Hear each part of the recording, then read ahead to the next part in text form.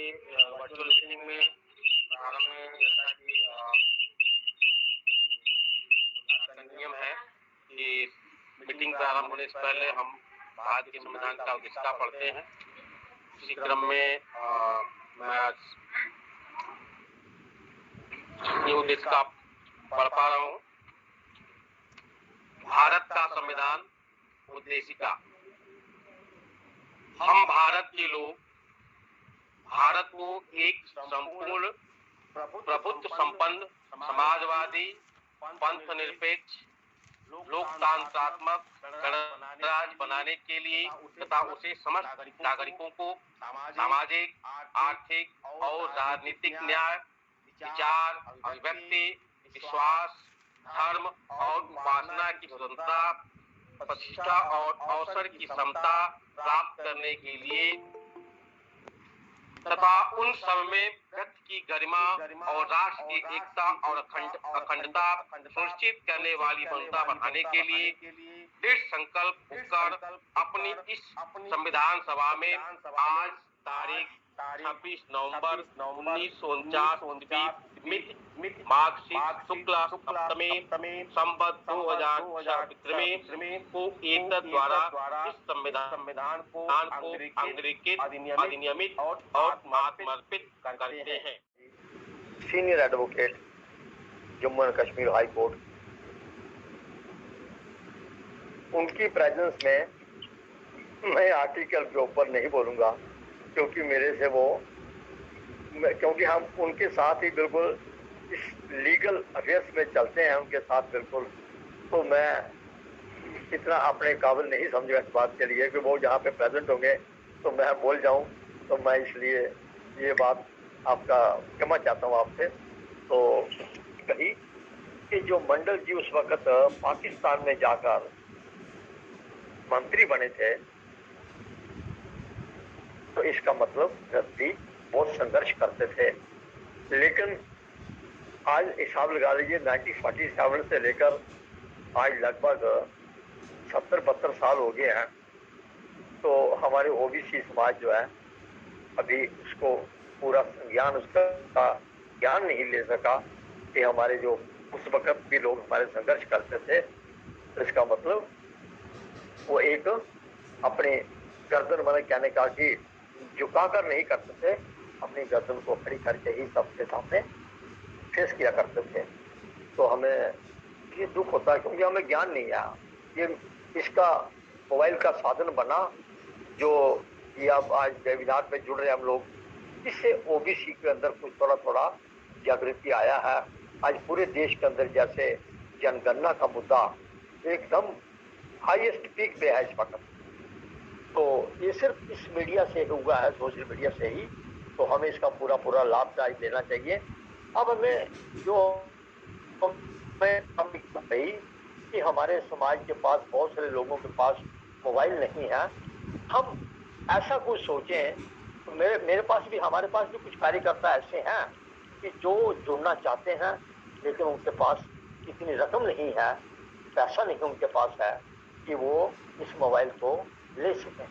हमें इस बात पे चर्चा कुछ करनी चाहिए, सोचना चाहिए कि हम कैसे, हमें भी वो तरीका सब मिलकर ही कोई ढूंढें कि कैसे करें हम इस बात को, ताकि वो लोग भी जुड़ पाए इसके साथ। मैं ज़्यादा नहीं बोलता होगा, मैं हमारे बहुत सारे प्रवक्ता बैठे हुए हैं। धन्यवाद आपका, बहुत बहुत धन्यवाद आपका। मैं जो ओबीसी अधिकार मंच है इनकी मैं जितनी सराहना करूं, विनोद कुमार पटेल जी और प्रियो प्रताप सिंह जी जो कि इस कार्यक्रम को चलाते हैं, और हालांकि वो सर्विस भी करते हैं लेकिन इतना टाइम देते हैं इसके लिए।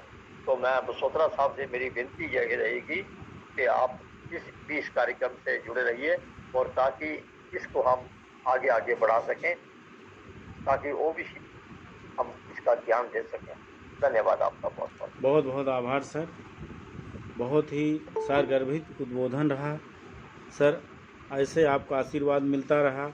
महापुरुषों को हम लोग आप सभी के माध्यम से उनके अनसुने पहलों पर निश्चित है कि बहुत बड़ा ज्ञान प्राप्त करेंगे। हमारे बीच उपस्थित हैं ओबीसी महासभा के कोर कमेटी सदस्य आदरणीय धर्मेंद्र कुशवाहा सर, आपका हार्दिक स्वागत है। आएँ। और आज का हमारा विषय है महामना रामस्वरूप वर्मा जी के अनसुने पहलू पर सामाजिक और राजनीतिक और आर्थिक जो बदलाव लाए हैं उस पर विशेष प्रकाश डालना है। सर का हार्दिक स्वागत है। और आर्टिकल 31 का जो हमको व्याख्यान, ये जो हमारे 2 विषय हैं उस पर प्रकाश डालें। आदरणीय धर्मेंद्र कुशवाहा सर, आपका हार्दिक स्वागत है।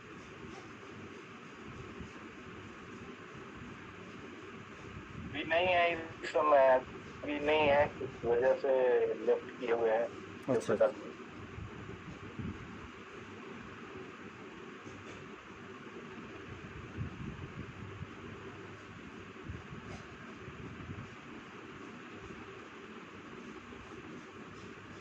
मैं बुलाना चाहूँगा, अभी हमारे बीच जुड़े हैं आदरणीय उमेश यादव सर। आदरणीय उमेश यादव सर ओबीसी महासभा से हैं। सर का हार्दिक स्वागत है। चूँकि आप बहुत सक्रिय कार्यकर्ता हैं और अभी हम आपसे उतना परिचित नहीं हैं, सर का स्वागत है। आएँ और विषय पर प्रकाश डालें। आदरणीय उमेश यादव सर।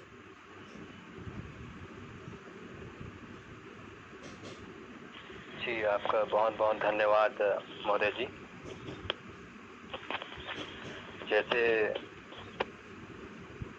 उन्होंने अपना बात रखी, बहुत ही संदर्भित वक्ता और बेहतरीन अनुभव कराते हुए, मैं तो युवा हूँ, आप लोगों के समक्ष में जुड़ता हूँ, मैं सीखने को मिलता है, बहुत कुछ चीज़ें मैं सीखता हूँ और आगे अपने ओबीसी समाज को आगे बढ़ाने की कोशिश करता हूँ। इसमें महामना रामस्वरूप वर्मा जी जो थे, बेहतरीन व्यक्तित्व और समाजवादी विचारधारा के थे। उन्होंने हमेशा ओबीसी वर्ग को आगे बढ़ाने की कोशिश किया और जैसे कि बहुत सारे वक्ताओं ने बताया कि उन्होंने बहुत सारी चीज़ों को आगे लाने के लिए भी कोशिश किया और आगे लाते लाते उन्होंने वित्त मंत्री भी बना। वित्त मंत्री जब बने तो उनकी अलग छवि बनी और जो छवि रहती है एक इंसान की, वो छवि को निखारते हुए उन्होंने ओबीसी के लिए बहुत अच्छा कार्य किया। मैं चाहता हूँ कि आगे ओबीसी जागरूकता अभियान के तहत गांव-गांव में, जैसे मैं एक गांव का नागरिक हूँ, मैं अपने गांव का जो विवेचना है, जो क्षेत्र की अपनी विवेचना है, मैं आप सभी को अवगत कराना चाहूँगा। हालांकि रामस्वरूप वर्मा के बारे में आप सभी ने अवगत कराया है, लेकिन कुछ निजी कारण भी जो होते हैं, जो जागरूक करते हैं ओबीसी महासभा या ओबीसी व्यक्ति को और हक और अधिकार की बात करते हैं।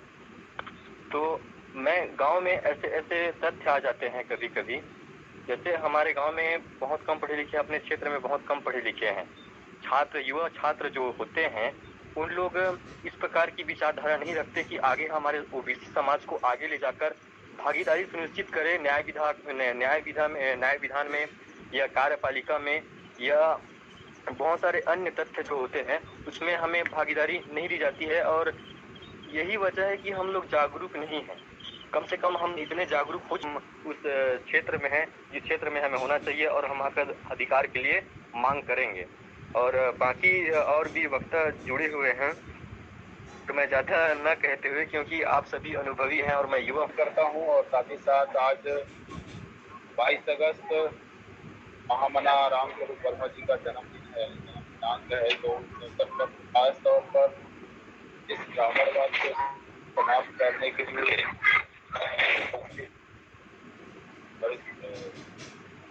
सामाजिक साथियों का को पुनः रिपीट पढ़ें और लोगों को पढ़ाने और बताने का काम करें। तो धन्यवाद सर, आपने मुझे समय दिया।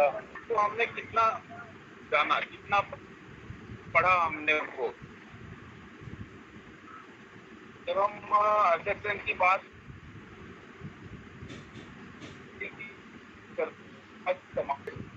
2 दिन का उनका जो प्रोग्राम है उसको मैनेज करना है। 10-11 प्रोग्राम।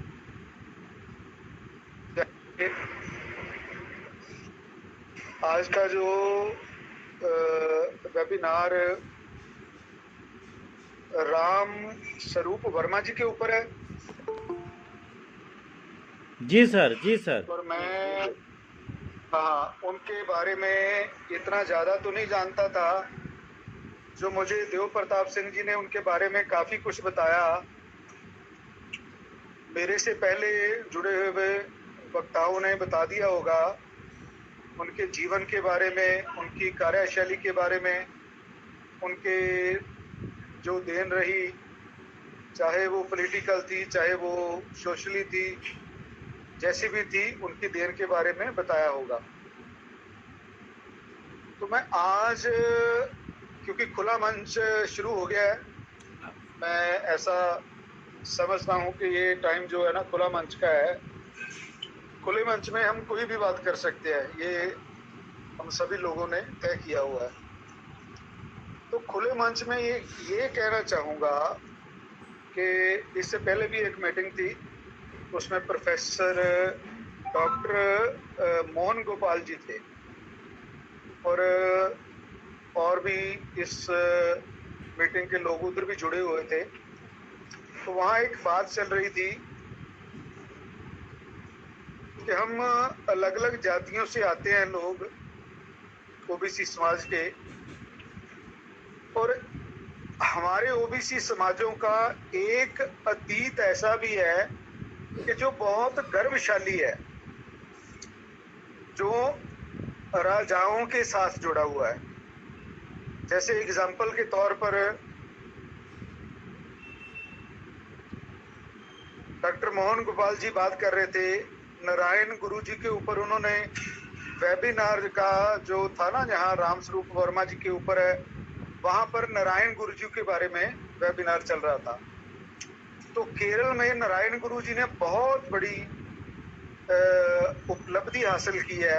ऐसे फिलोसफर रहे हैं, उनकी फिलॉसफी को फॉलो करके आज भी जो उनके समाज के लोग हैं, वर्तमान में उन्हीं के समाज मुख्यमंत्री बन रहा है। मतलब इतनी बहुत ज्यादा पकड़ उन्होंने की है। और एक भी ब्राह्मण वहां की विधानसभा में विधायक नहीं है। 200 की है, 250 की है, 150 की है, मुझे मालूम नहीं है, पर एक भी विधायक ब्राह्मण जाति से नहीं है वहां पर। तो मैंने वहां पर यही बात रखी थी कि जैसे नारायण गुरु जी हैं, उनकी जाति से आए हैं, वो उन्होंने बहुत ही विशेष एक फिलॉसफी को आगे लेके आए कि जो 4 वर्ण की व्यवस्था है वो ब्राह्मण का एक राजनीतिक प्रोग्राम है कि धर्म के नाम पर अपने समाज को कैसे कब्जा करके रखना है, ये उनका प्रोग्राम है। वो एक राजनीति कर रहे हैं, षड्यंत्र कर रहे हैं हम लोगों के ऊपर। तो उन्होंने काउंटर में नारायण गुरु जी ने अपनी फिलॉसफी रखी कि ऐसा कुछ भी नहीं है कि हम पुराने जन्म के पापों की वजह से इस जन्म में दुख भोग रहे हैं, ऐसा कुछ भी नहीं है। उन्होंने ये विचार रखे और सच्चाई भी यही है। यहाँ पंजाब में भी ऐसा ही गुरु नानक देव जी ने कहा कि पुराने कर्मों की वजह से ऐसा कुछ भी नहीं है कि जो भी व्यक्ति ने जन्म लिया है इस संसार में, वो व्यक्ति विशेष है और सब तरह का काम करने में वो सक्षम है। शर्त ये है कि उसको अपनी लाइन का गाइड मिले, तो वो बहुत बढ़िया काम कर सकता है। तो उनके समाज के लोग यहाँ पंजाब में आलू अलिया उनको बोला जाता है, और आलू अलिया जस्सा सिंह, सरदार जस्सा सिंह आलू अलिया ऐसे हुए हैं जिन्होंने गुरु नानक देव जी, गुरु गोबिंद सिंह जी के बाद में महाराजा रंजीत सिंह से पहले एक ऐसा अंपायर खड़ा किया था जिसे कपूरथला रियासत कहा जाता है पंजाब में। होगा जो तमिलनाडु, केरल, आंध्रा, ये दक्षिण भारत के जो 8-10 जो राज्य हैं, उन सभी को मिलाकर एक वाड़ियार राज्य स्थापित किया गया था। तो उसका जो राजा था वो प्रजापति था। और आज से 50 साल पहले या 60 साल पहले हमारे कुछ बुजुर्ग हैं जो अभी भी सूझबूझ रखते हैं, वो उस राजमहल में कहीं ना कहीं किसी ना किसी प्रोग्राम में जाते रहे हैं, वो जुड़े रहे हैं, अपने समाज से वो जुड़ते रहे हैं। और वो प्रजापति समाज के किसी प्रोग्राम में अध्यक्षता भी उन्होंने की है, वाड़ियार के राजा ने। और वाड़ियार का जो राजा है वो दुनिया के 5वें या 6वें नंबर पर अमीरी में आता है।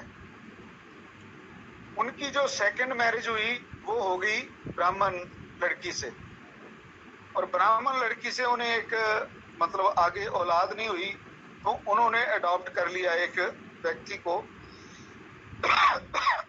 वर्तमान में वो राजा है। अब वो अपने आप को प्रजापति ना कहकर वो ब्राह्मण ही बोलता है, क्योंकि उसकी माता ब्राह्मण थी। तो ऐसा जो परजीवी लोग हैं, हमारे समाज के जो राजा रहे हैं, ओबीसी के राजा रहे हैं। लोध वंश का भी एक बहुत बड़ा इतिहास है, राजे रहेंगे, कुर्मी समाज में भी ऐसा रहेंगे। अगर आप अच्छी तरह से जाएंगे ना इसके इतिहास में, तो कहीं ना कहीं जो एसटी लोग हैं, भील वंश के लोग हैं, वो भी अपने आप में राजा रहे हैं इस देश के, जहां अपने क्षेत्र के। उसको उसका मतलब पूरा योजनाबंदी से विध्वंस किया गया है उनका। तो मैं ये बात रख रहा था कि हम जो संगठन ओबीसी के हैं पूरे देश भर के, वो मारे फिर रहे हैं कि हमें हमारी जाति जनगणना हो, हमें आबादी के अनुसार रिप्रेजेंटेशन मिलनी चाहिए। अच्छा, जो हमारे समाज के अतीत में महाराजा रहे हैं, उनका पैसा, उनका बाहुबल, वो कहीं ना कहीं जो परजीवी समाज है, कुलीन समाज है, उनके हाथों में वो उन्होंने अपने हाथों में उनको कर रखा है। तो किसी ना किसी तरह हमें इस मंच के माध्यम से उनसे मिलना चाहिए, इंटरेक्शन करनी चाहिए, वार्तालाप करना चाहिए कि हमारे समाज की ऐसी दशा की हुई है इन लोगों ने। तो आपस में तालमेल करके कोई ऐसी मूवमेंट खड़ी करनी चाहिए, ऐसा आंदोलन खड़ा करना चाहिए कि उनका फंड रहे और हमारी उस आंदोलन में एनर्जी रहे, विचारधारा रहे। तो मैं ये मानता हूं कि हमें कम समय में सफलता मिल जाएगी। अगर वो लोग नहीं जुड़ते, देखो हम लोग ये तो सभी मानते हैं कि इकोनॉमिकली हम बहुत पीछे हैं। जो कुलीन वर्ग है या जो परजीवी लोग हैं, उनका कब्जा है, चाहे वो फौज है, चाहे वो जुडिशरी है, चाहे वो बिजनेस का क्षेत्र है, कहीं ना कहीं कब्जा किए हुए हैं। और उसी से हमारे लोगों के दिमाग को हाईजैक किए हुए हैं। वो हमारे दिमाग पर उनका कंट्रोल है, हमारा कंट्रोल नहीं है। हमें वो क्या सिखाना चाहते हैं, हमें वो क्या बताना चाहते हैं, हमें वो क्या विचारधारा देना चाहते हैं, ये वो तय करते हैं, हम नहीं तय करते। तो मेरा ये सुझाव है आज के इस मंच के माध्यम से कि हमें उन जो हमारे अतीत के राजा रहे हैं, उनको किसी तरह प्रेर के अपने साथ जोड़ के ऐसा आंदोलन खड़ा करें कि हमारी जीत हो, जल्दी हो। जीत तो देखो हमारी आखिरकार होएगी, पर हमें समय मालूम नहीं है कि कब जीत होगी।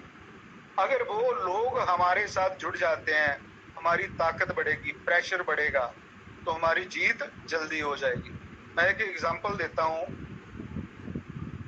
कि जब आरएसएस संगठन शुरू हुआ था तो उसकी जो मेजर फंडिंग करने वाली वो वसुंधरा राजे की माता थी। उसने कहा था कि पैसे की कमी नहीं छोड़ूंगी, आप ये काम करिए। वाजपेयी, अडवाणी और आरएसएस की और भी, तो तभी बढ़ते बढ़ते बढ़ते बढ़ते वो आज सत्ता पर काबिज है। तो हमें भी वही पैटर्न पर काम करने की जरूरत है और ऐसे प्रोग्राम देव प्रताप सिंह जी लगातार चलाइए। राम स्वरूप वर्मा जी हमारे आदरणीय हैं, हमारी शक्ति हैं, एक ही नहीं है। हमारी शक्ति आप ढूंढने जाओगे तो पंजाब में भी ओबीसी के ऐसे हीरो मिलेंगे आपको कि जिन्होंने बहुत कुर्बानियां दी हैं, और हर राज्य में ऐसे हमें हीरो मिलेंगे जो ओबीसी के लिए बहुत काम किए हुए हैं। तो ये देश हमारा है, जो हम पर राज कर रहे हैं। मैं उसमें नहीं जाना चाहता कि वो विदेश से आए हैं या कैसे हैं। वो वर्तमान में हमारे इस देश में ऐसे घुल मिल गए हैं कि उनको आज की डेट में विदेशी कहना भी जो है ना वो तार्किक नहीं लगता। हमारी बात पर हंसी आती है लोगों को, हालांकि बहुत हिस्टोरियन कहते हैं कि वो विदेशी हैं। हम उसमें ना जाएं, हम ये करें कि हमें अपनी ताकत बढ़ानी होगी।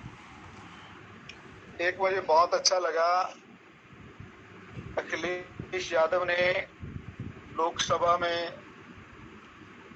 एक बयान दिया कि अगर एससी और ओबीसी एकजुट हो गया और जागृत हो गया तो आप ढूंढने पर भी हमें मिलोगे नहीं। ये तो तय है कि राज ओबीसी का आने वाला है,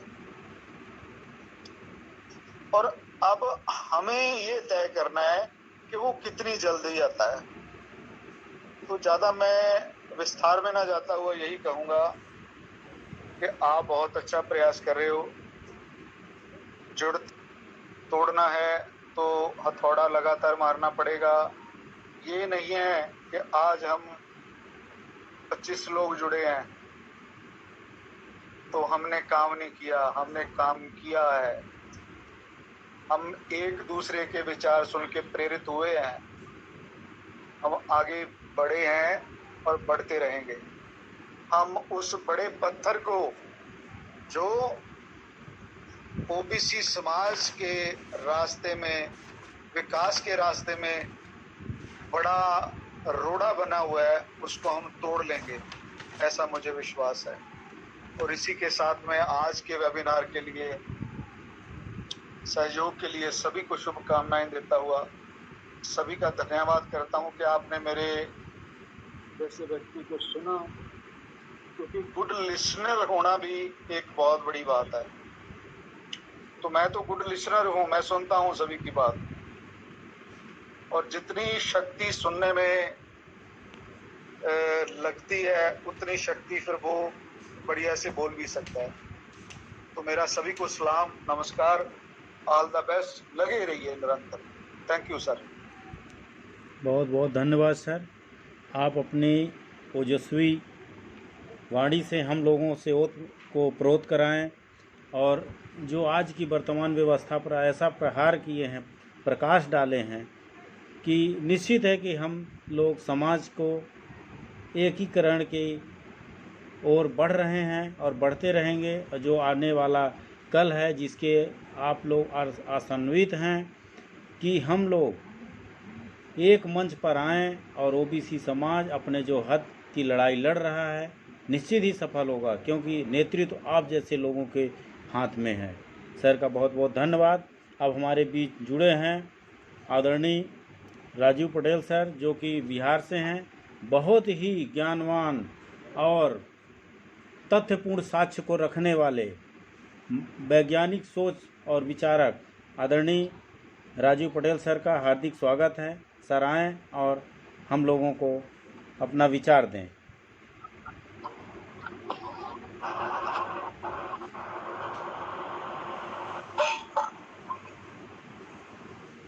बाकी लोग अपना माइक बंद कर दें कृपया।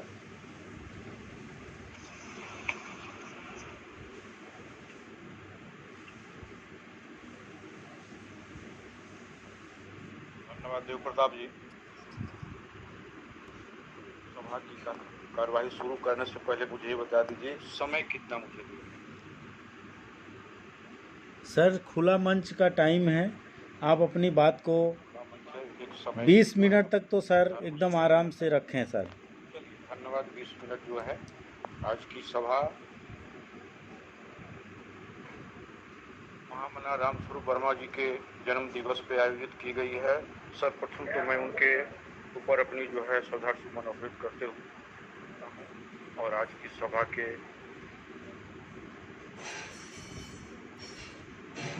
संचालन करने वाले माननीय देव प्रताप जी, कुमार जी और पूर्व वक्ता वल्लभ भाई पटेल जी, फेकन मंडल जी, AK सिंह जी, दीवान कोहली जी, रमेश चंद्र रावत जी, हेमंत साहू जी।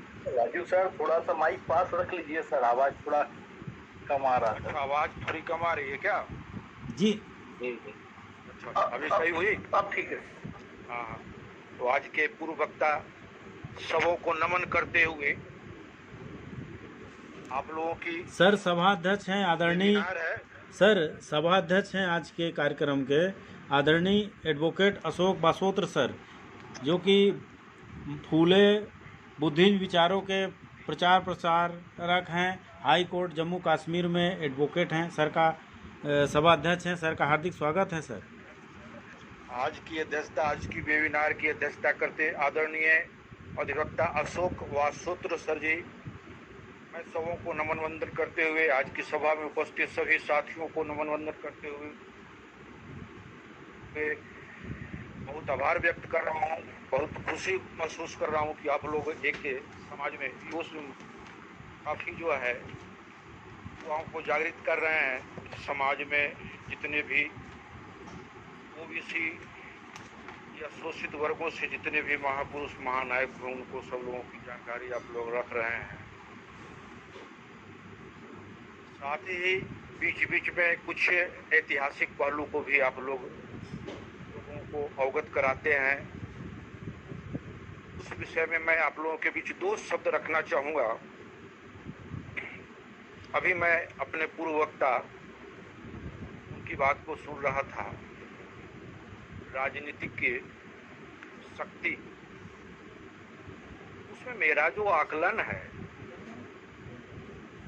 भारत के अंदर विगत ज्ञात काल से, ज्ञात काल की बात तो मैं नहीं करूंगा क्योंकि उसकी जानकारी ऑथेंटिक अभी तक किसी के पास नहीं है, लेकिन ज्ञात काल से जो राजनीतिक, वो लोकतंत्र हो या राजतंत्र हो, उसके ऊपर सत्ता पे वही व्यक्ति बैठा है जिसकी उस समय सांस्कृतिक पकड़ हो।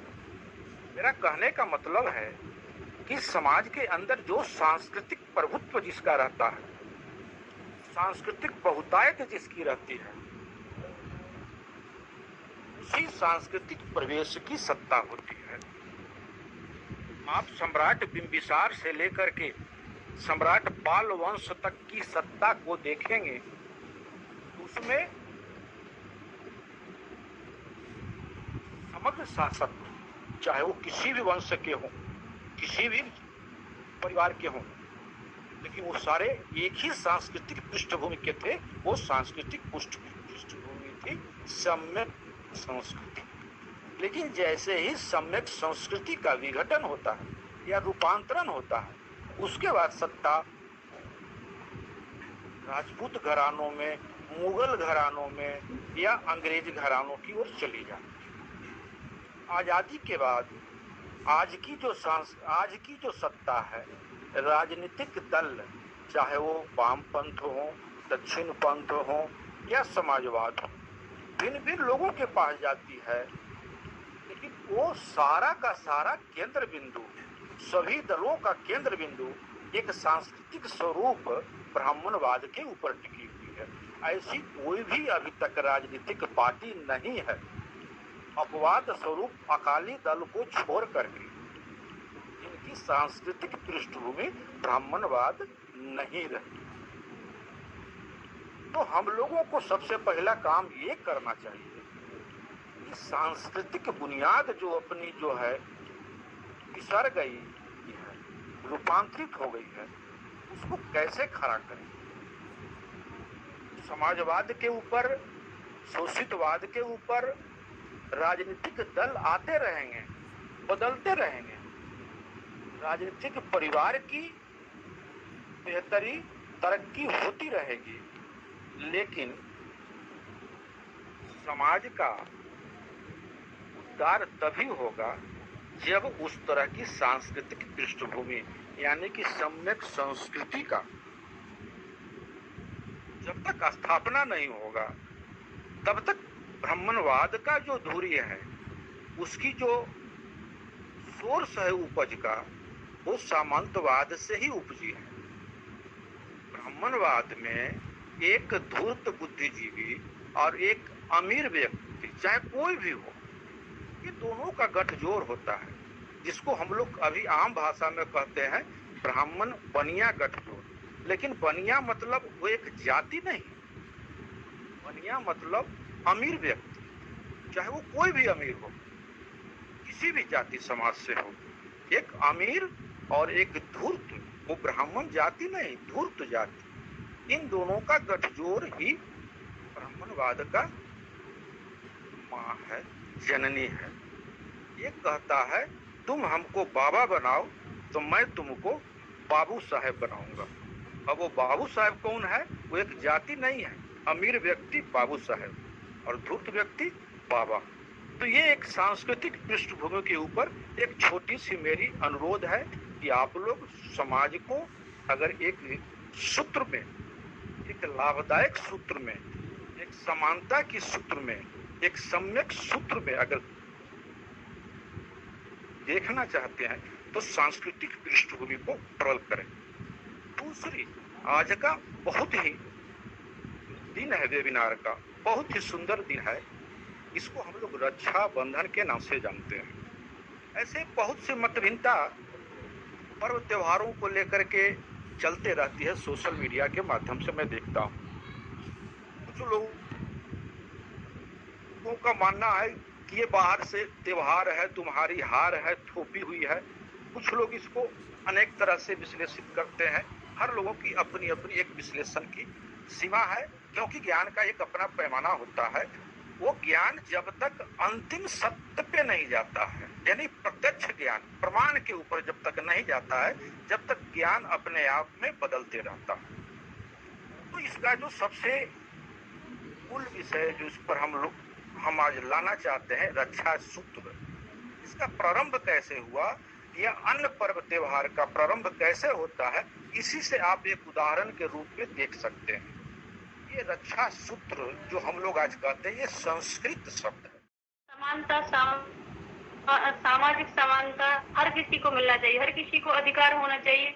इसी के तहत उन्होंने सारे जीवन भर कार्य किए, जो कि मतलब इतने आदर्श पुरुष हैं कि आज हम याद कर रहे हैं उनको, और ऐसा महापुरुष मिलना असंभव है सर। हम तो यही कहेंगे कि सर यदि ऐसे महापुरुषों का हम अपने बच्चों के लिए शिक्षा के साथ साथ, पुस्तकों के साथ साथ हम ऐसे वेबिनार और आप लोगों के अनुभव से यदि अवगत कराए जाए तो निश्चित तौर से इसका लाभ भावी पीढ़ी को मिलेगा, और उनकी जो स्थिति है, जो वास्तविक स्थिति है, उससे अवगत कराएं और समाज को जागरूक कराएं। यही आज भी आवश्यकता है कि हम अपने बच्चों को भविष्य में आने वाले समय में जो हमारे बच्चे हों उनसे अवगत कराएं कि हमारे पूर्वजों ने कितना झेला है, और आगे उसके लिए उनको मानसिक रूप से तैयार करें। यही इसका उद्देश्य है। निश्चित तौर से हम यही कहेंगे कि आपका जो कार्यक्रम है एक सफल और उद्देश्य तहत इस दिशा की ओर जा रहा है।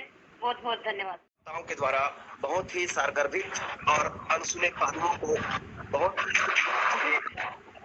करते हुए बताया गया है, जिससे आपको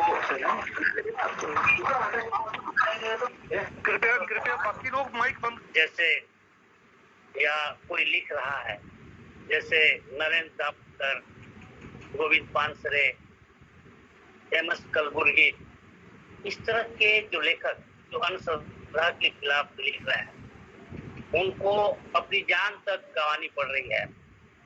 और बड़ी संख्या में ऐसे लोग जो इंटेलेक्चुअल्स हैं या जो अंधभक्ति के खिलाफ बोलते हैं, उनको प्रताड़ित किया जा रहा है। तो ऐसे वक्त में महामना ये रामस्वरूप वर्मा जी की प्रासंगिकता बढ़ जाती है। और उन्होंने अपने 50 वर्ष का जो उनका जीवन काल रहा है राजनीति के क्षेत्र में, तो एक क्रांतिकारी न केवल वो लेखक थे, वक्ता थे, और काफी अंधविश्वास के खिलाफ काफी उन्होंने लिखा है। वो आचार्य नरेंद्र देव और राम मनोहर लोहिया के विचारों से काफी प्रभावित थे, उनके साथ थे वो।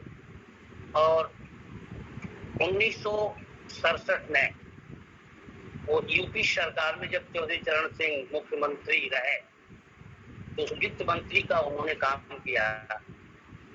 और पहली दफे जो बजटीय घाटा था उसको पाट कर लगभग 9 करोड़ रुपए का फायदा दिया था, जिसकी बड़ी सराहना हुई थी उस समय।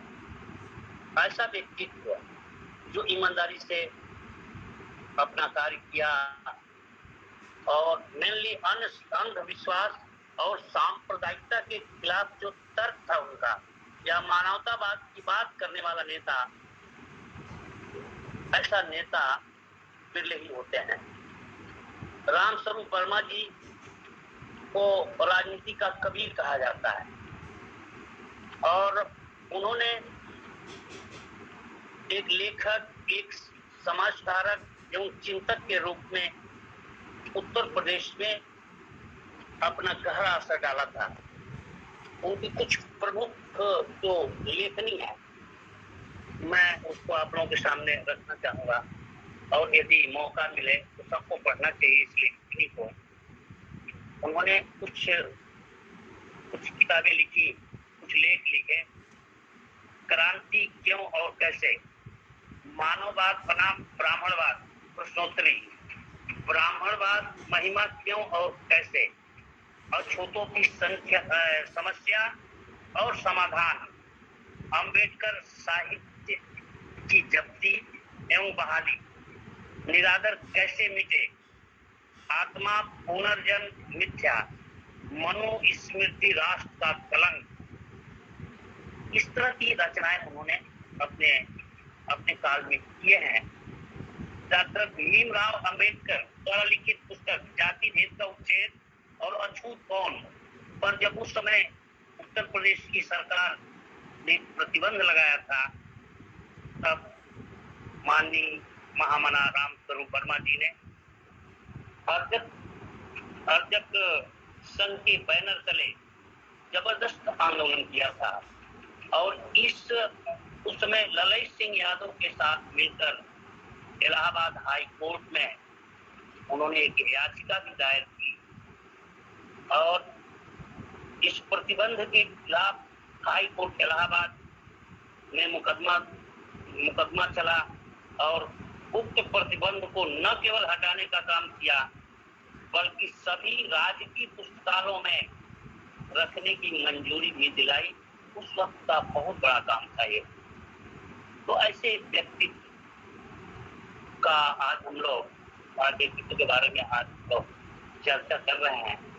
तो मैं समझता हूँ कि हम लोगों को उनके क्रांतिकारी जो उनका भाषण था, क्रांतिकारी जो लेख थे, क्रांतिकारी जो विचार था, उससे आज हम लोगों को प्रेरणा लेनी चाहिए।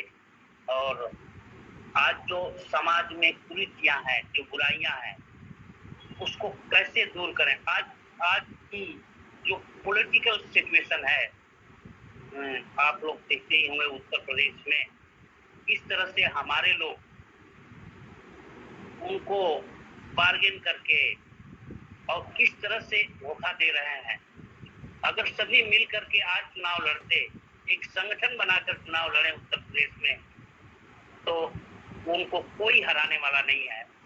लेकिन सब अलग अलग व्यक्तिगत स्वार्थ में पड़कर सभी लोग अपनी विचारधारा को छोड़कर केवल स्वार्थ में एकजुट नहीं हो रहे हैं।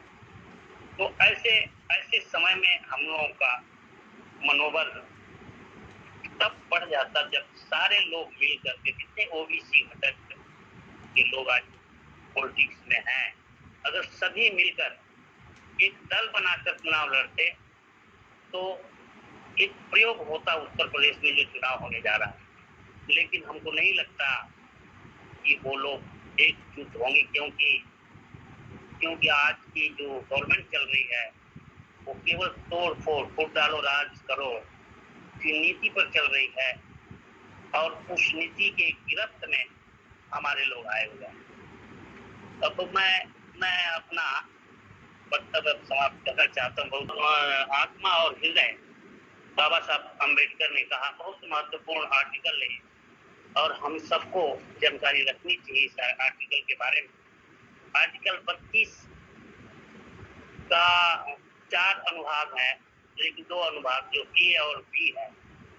उसमें ए में हमको अगर हमारे मौलिक अधिकार का यदि हनन हो तो उसमें उपचार की एक व्यवस्था है। आर्टिकल 32 ए में हमको ये अधिकार है कि हम डायरेक्ट सुप्रीम कोर्ट जा सकते हैं, आर्टिकल 32 का सहारा लेकर। और बी में ये न्यायालयों को, चाहे उच्च न्यायालय हो चाहे सुप्रीम कोर्ट हो, उसमें रीट की व्यवस्था है।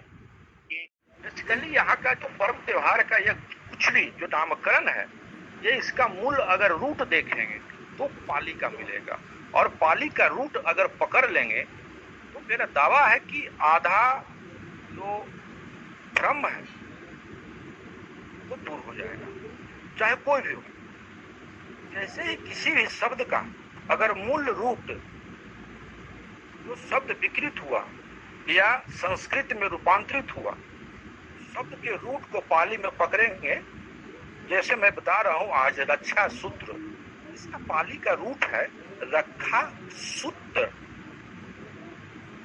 ये सूत्रों को रखने का एक प्रारंभिक चरण था। वो कौन सा सूत्र था? तो भगवान बुद्ध के द्वारा बताया गया धर्म, जो धर्म था, जो सूतों का धर्म था, जो भगवान बुद्ध के महापरिनिर्वाण वैशाख पूर्णिमा की 3 महीना बाद सहेजने के लिए प्रथम संगीति हुई थी। श्रावण पूर्णिमा से लेकर के भादो, आश्विन, कार्तिक, ऐसा 7 महीना लगातार चला था बिहार के राजगीर सप्तपर्णी गुफा में। आज ही के दिन हुआ था। तो क्या था? भगवान बुद्ध की जो धम्म सूत्र थी, उसको सहेजना था, उसको बांधना था, उसको रखना था। आप लोगों को थोड़ा अपने घरों में 1 पीढ़ी 2 पीढ़ी के पूर्व याद होगा, जब मन पे अपने चिंतन पे जोर डालेंगे तो याद आ जाएगा। ये रक्षा सूत्र जो था, ये धर्म क्या है? ये हिंदू धर्म और मुस्लिम धर्म और सिख धर्म नहीं है। धर्म होता है गुण, स्वभाव, लक्षण। यानी अगर किसान है तो किसान का जो धर्म होता है, जो गुण होता है, उसका भी वो लोग आज सूतों से बांधते थे। यानी हल को सूत से बांधते थे, पेड़ में सूत बांधते थे, बैलों को सूत बांधते थे, फसलों को सूत बांधते थे। यानी धर्म, उनका जो गुण स्वभाव है, हर गुण को सूतों से बांध करके रखने की परंपरा शुरू से चली आ रही थी। बेसिकली ये परंपरा थी भगवान बुद्ध के धर्मवाणी। शुद्ध था, उसको रखने की शुरुआत आज हुई थी। वो शुरुआत चलते चलते किसान, मजदूर, जंगल में रहने वाला, शहर में रहने वाला, हर लोग उस गुण स्वभाव को, धर्म के, कुदरत के गुण स्वभाव को बांधने की एक सांकेतिक परिपाटी चली थी, जो विगत 100 वर्षों के अंदर मैं देखता हूँ ये एक भाई बहन के ऊपर रूपांतरित हो गया, परिवर्तित हो गया। कैसे हुआ ये थोड़ा विस्तार में जाना होगा। ये विकृति हुआ, कैसे हुआ, इसको विस्तार में जाना होगा। तो इसको हम लोग जो है ना आज रखा सूत्र, धर्म को रखने का सूत्र ये था, जिसको रक्षा और सूत्र में बना दिया। सूत्र परिवार के सूत्र को जोड़ दिए। बेसिकली ये सूत्र था, धम्मवाणी थी, जो त्रिपिटक के रूप में आज हम लोगों के बीच देखने को मिलता है। भगवान बुद्ध की जितनी भी धम्मवाणी थी, धर्मवाणी थी, उसको आज प्रथम रूप से संगीति के रूप में 500 अरहत भिक्षु मिलकर के संगायन किए थे। ऐसा ही भगवान ने बोला या इसमें कुछ अंतर भी है, इसमें कुछ त्रुटि भी है, और उस सारे को सुधार करके मिलान कर करके उसको सहेजे मौखिक रूप से। दूसरी संगीति फिर 100 वर्ष बाद हुई थी, उसमें भी मौखिक रूप से ही सहेजे थी।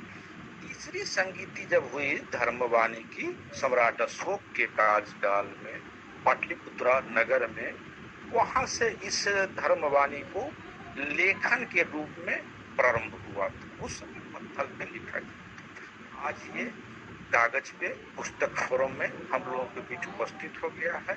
तो ये धर्मवाणी जो है, जिसको रखने का प्रारंभिक चरण था, जिसको हम लोग रखा सूत्र पाली में कहते हैं, वो संस्कृत या हिंदी में रूपांतरित होते होते रक्षा सूत्र हट गया, सूत्र हट गया, हो गया अब बंधन। रक्षा बंधन की एक रूपांतरित एक विकृति दोनों तरफ से आती है, बुद्ध के तरफ से भी आती है और मूर्ख के तरफ से भी आती है। मूर्ख ये बाबू बनने के चक्कर में, धूर्त पैसा कमाने के चक्कर में हम बाबा बनेंगे और ये बाबू साहेब बनेंगे, ये दान देंगे, वो दान लेगा। गलती दोनों की है, दान देने वाला, दान लेने वाला। इसमें जो है, हाँ विनोद जी, आपका एक सवाल आ रहा है भगवान का, तो उसको भी मैं स्पष्ट कर देता हूँ। अभी समय आपका 10 मिनट और बच रहा है, तो उसको भी मैं स्पष्ट कर दूंगा। भगवान बुद्ध को जो है भगवान की वाणी ही बोली जाती है। और भगवान किसको कहते हैं? भगवान कोई अलौकिक, कोई चमत्कारिक, कोई अदृश्य शक्ति को नहीं बोला जाता। भगवान पाली का शब्द है, ये भगवा से बना है। इसका जो मेन रूट है भगवा, भगवा से बना है। मैं पहले भी बोला हूँ कि किसी भी शब्द का विकृति अगर होती है उसको रूट पाली है। भारत की भाषा और लिपि का रूट पाली है। पाली से पूर्व जो भाषा थी हम लोग को पता नहीं, पाली से पूर्व जो लिपि थी हम लोग पढ़ नहीं पाए हैं। जानते कहाँ से हैं? तो पाली से, ईसा से 600 वर्ष पूर्व से। उस रूट को पकड़ेंगे, पाली को। पाली में भगवा, भगवा को ही हिंदी में भगवान कहते हैं, और उसका मूल जो है भावार्थ होता है भग्ग रागो, भग्ग दोषो, भग्ग मोहो। भगवान बुद्ध पूरे धर्मवाणी में 84,000 त्रिपिटक की वाणी है, जिसमें 82,000 भगवान की वाणी है।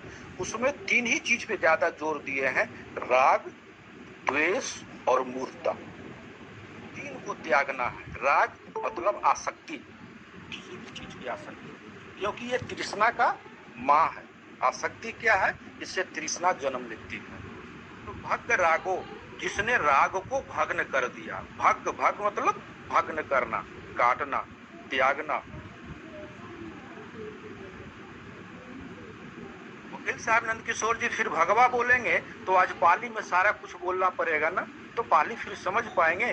पाली शब्दों का जो आज के समय में उसका जो भावार्थ आया, उसका जो उपयोग होता है, अब पाली में बोलेंगे ना भोजन को भत्तंग, तो भत्तंग कोई समझेंगे? आज भोजन ही समझना पड़ेगा, भोजन ही हमको कहना पड़ेगा, भत्तंग नहीं समझेंगे। जैसे किसी को मैं भोजन पे बुलाया या भोजन दान दिया तो उसको बोलेंगे पिंडपात पाली में, तो पिंडपात बोलेंगे तो लोग नहीं समझेंगे, तो क्या बोलेंगे? आज अपने मित्र वकील साहब को खाना पे बुलाए हैं। जो भाषा वर्तमान में लोग समझें उसका उपयोग करना चाहिए, और उस भाषा में कहीं अगर जो है त्रुटि, भ्रम या कोई चीज उत्पन्न हो जाए जिससे लोगों को दिग्भ्रमित होना पड़े, तो उसको सुधारने का काम करना चाहिए कि भगवा से भगवान बना है, और भगवान का अर्थ जो होता है इसका भी आप संधि विच्छेद करेंगे। वान मतलब विकार, वान का अर्थ क्या होता है? विकार, और भग का अर्थ क्या होता है? त्यागना, काटना। तो विकार को त्यागेंगे तो कौन सा विकार? भग रागो, भग दोषो, भग मोहो, राग, द्वेष और मूर्ता, ये तीन को जो त्यागेगा उसी को भगवान कहेंगे। ऐसे इसमें चमत्कार की कोई बात नहीं है, त्यागना है। आप त्याग दीजिए, आपको भी भगवान की उपाधि मिल जाएगी। महावीर जी ने राग द्वेष को त्यागा था, तो राग द्वेष को त्यागने से भगवान को, उनको भी उपाधि मिली थी। जैन मुनि जो है महावीर जी, उनको भी भगवान कहा जाता है, तो वो भी राग द्वेष मूर्ता को त्यागे थे। विषय को हम लोगों को समझना होगा। देखिए, आपकी सांस्कृतिक विरासत भटक गई है, रूपांतरित हो गई है, उसको अगर पुनः स्थापित करना है, जैसे घर का कोई इलेक्ट्रॉनिक इक्विपमेंट अगर जो है खराब हो जाए तो उसको पुनः ठीक करने के लिए क्या करना पड़ता है? आपको वही काम करना होगा।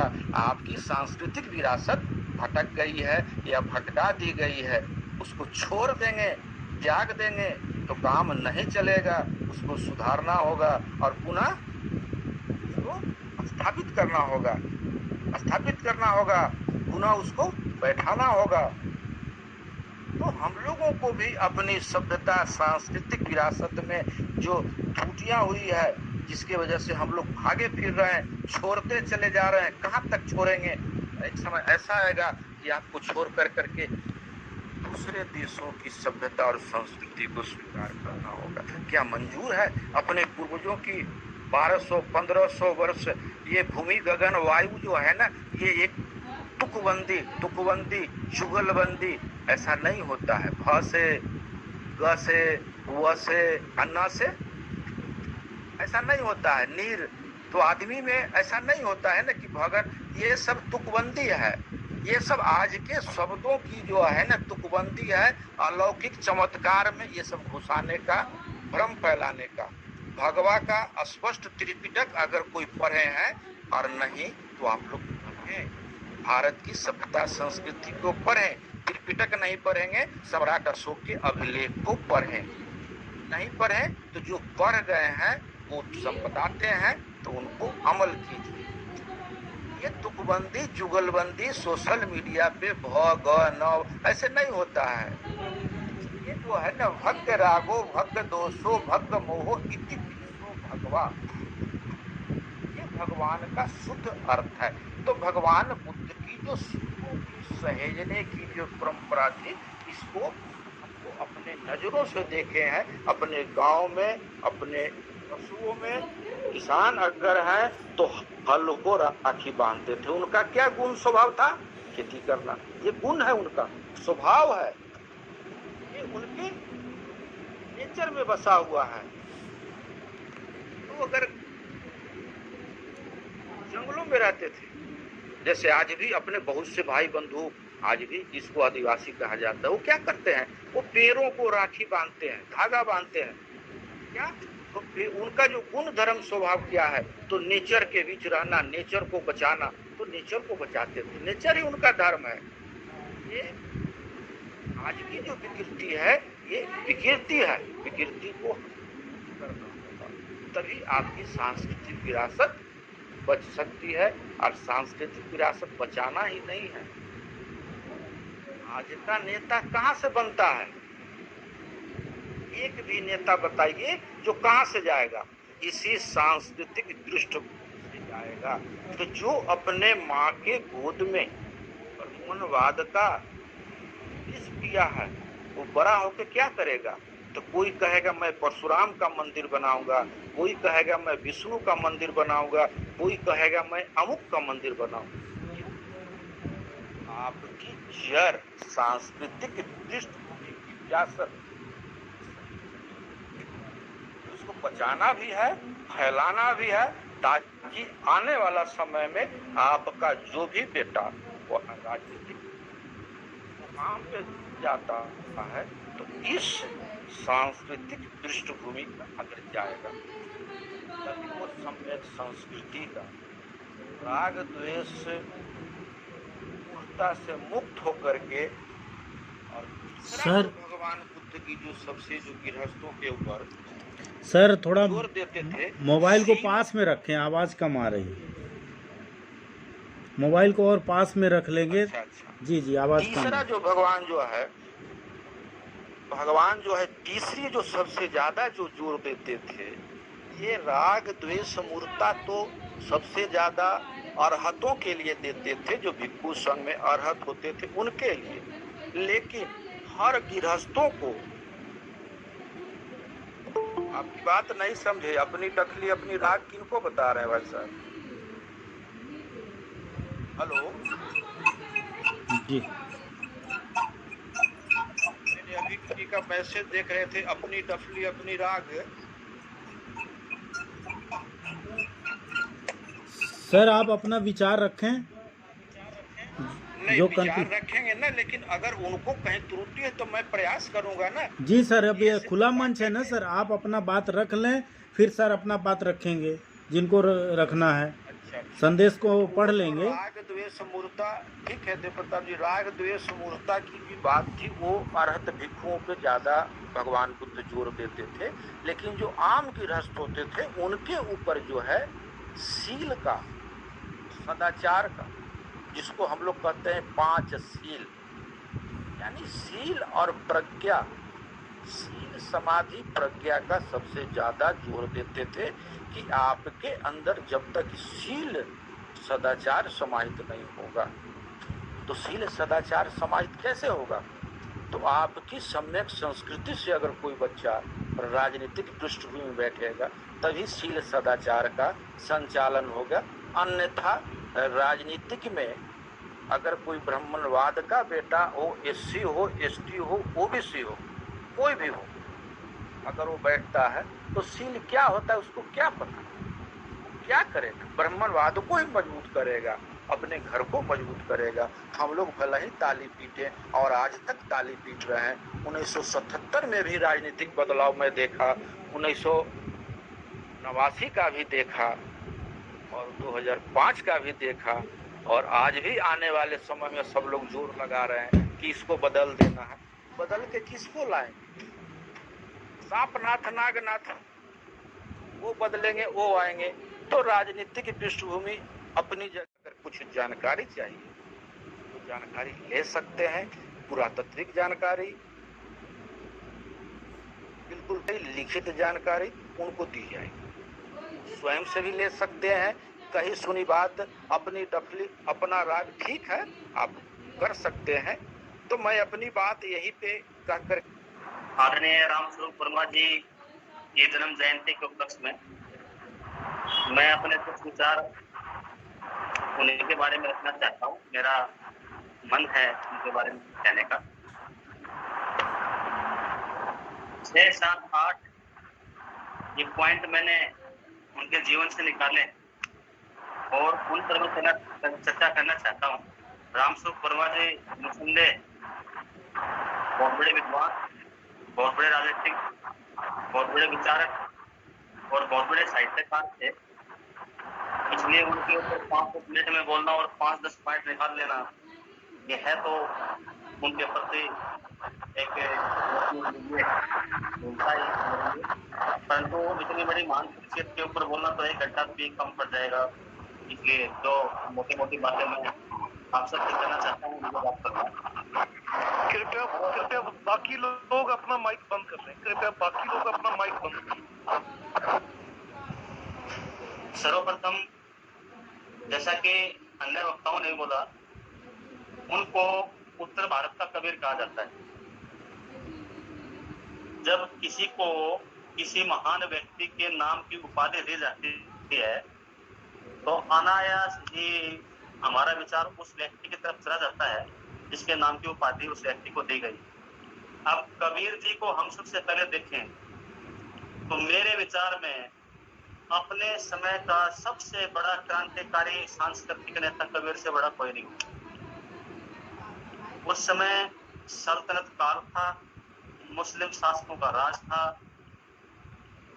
और मुस्लिम भी कौन से, सिकंदर लोधी जैसे वो शासक जो धर्म के प्रति पूरी तरह से कट्टर और धर्म के लिए कुछ भी कर गुजरने वाले व्यक्ति थे। उस व्यक्ति के दरबार में सिर्फ कबीर ही ऐसा व्यक्ति था जो कह सकता था कि काकर पाथर जोड़े के मैजिद भी बनाए, ताजे मुल्ला बांग दे क्या पहरा हुआ खुदा है। ऐसे क्रांति चेता व्यक्ति कबीर ही कर सकते थे। और दूसरा, अपने देश में ब्राह्मणवाद आज से नहीं है, हजारों साल से है, और उन्हीं के दल में जाके ये कह देना तू बामन बाम नहीं जाया, आन बाट काहे नहीं आया, ये सिर्फ कबीर ही कह सकता था और किसी के वश की बात नहीं। और जब उस कबीर का नाम आदरणीय रामस्वरूप वर्मा जी के साथ जोड़ा गया है तो आप सहज ही अंदाज लगा लीजिए कि रामस्वरूप वर्मा जी किस प्रकार की मेधा और किस प्रकार की प्रकृति के व्यक्ति थे। सिर्फ रामस्वरूप वर्मा ही ये कह सकते थे कि हम लड़ेंगे, मर जाएंगे, कट जाएंगे, मगर हिंदू नहीं कहलाएंगे। ये सिर्फ रामस्वरूप वर्मा जी कह सकते थे और किसी के वश की बात नहीं थी। दूसरी बात, रामस्वरूप वर्मा जी को उत्तर भारत का मार्क्स भी कहा जाता है, और उनके साथ काम करने वाले उनके सहयोगी आदरणीय महाराज सिंह भारती को एंजल कहा जाता है। कार्ल मार्क्स से विचार दिए अपने, परंतु एंजल ने उन विचारों को प्रत्येक व्यक्ति के दिमाग में भरा, उन्होंने एक प्रयास किया। तो उसी प्रकार से रामस्वरूप वर्मा जी ने अपने विचार दिए और उन विचारों को फैलाने का काम किया आदरणीय महाराज सिंह भारती ने। तो मार्क्स भी उनको इसीलिए कहा गया कि मार्क्स ने पूरी दुनिया के मेहनत कश को, जिनको हम सर्वहारा कहते हैं, और उसी सर्वहारा को आदरणीय रामस्वरूप वर्मा जी ने अर्जक कहा है। सर्वहारा और अर्जक एक ही बात है। अर्जक वो व्यक्ति होते हैं जो अपने मेहनत, अपने परिश्रम, अपने पसीने की कमाई खाते हैं और देश के निर्माण में आगे आते हैं। दो तरह के व्यक्ति यहाँ हो गए, एक काम करने वाले और दूसरे खाने वाले। हम तो उस समुदाय से आते हैं जो काम करने वाला है, खाने को मिले न मिले लेकिन हमने लोगों को खिलाया जरूर है। और आदरणीय रामस्वरूप वर्मा जी ने उन्हीं लोगों को एकत्रित करने की कोशिश की, उन्हीं लोगों को इकट्ठा करने की कोशिश की और उन्हीं लोगों को सत्ता में लाने की चेष्टा की जो लोग इस देश की वास्तविक मध्य, इस देश की भुजाएं थे, इस देश का क्रियाशील प्रक्रिया थे जो लोग सारे थे। इसीलिए उनको मार्क्स कहा गया। और मार्क्स उनको इसलिए भी कहा गया कि मार्क्स ने जिस धर्म को अफीम कहा था उस धर्म के खिलाफ रामस्वरूप वर्मा जी की तरह खड़े होने वाले चुनिंदा व्यक्ति हैं, जिन लोगों को इन्होंने अपना आदर्श बनाया। महात्मा ज्योतिबा फुले को, आदरणीय पेरियार जी को, डॉक्टर बाबा साहब आम्बेडकर जी को, वो सारे भी उसी पद्धति के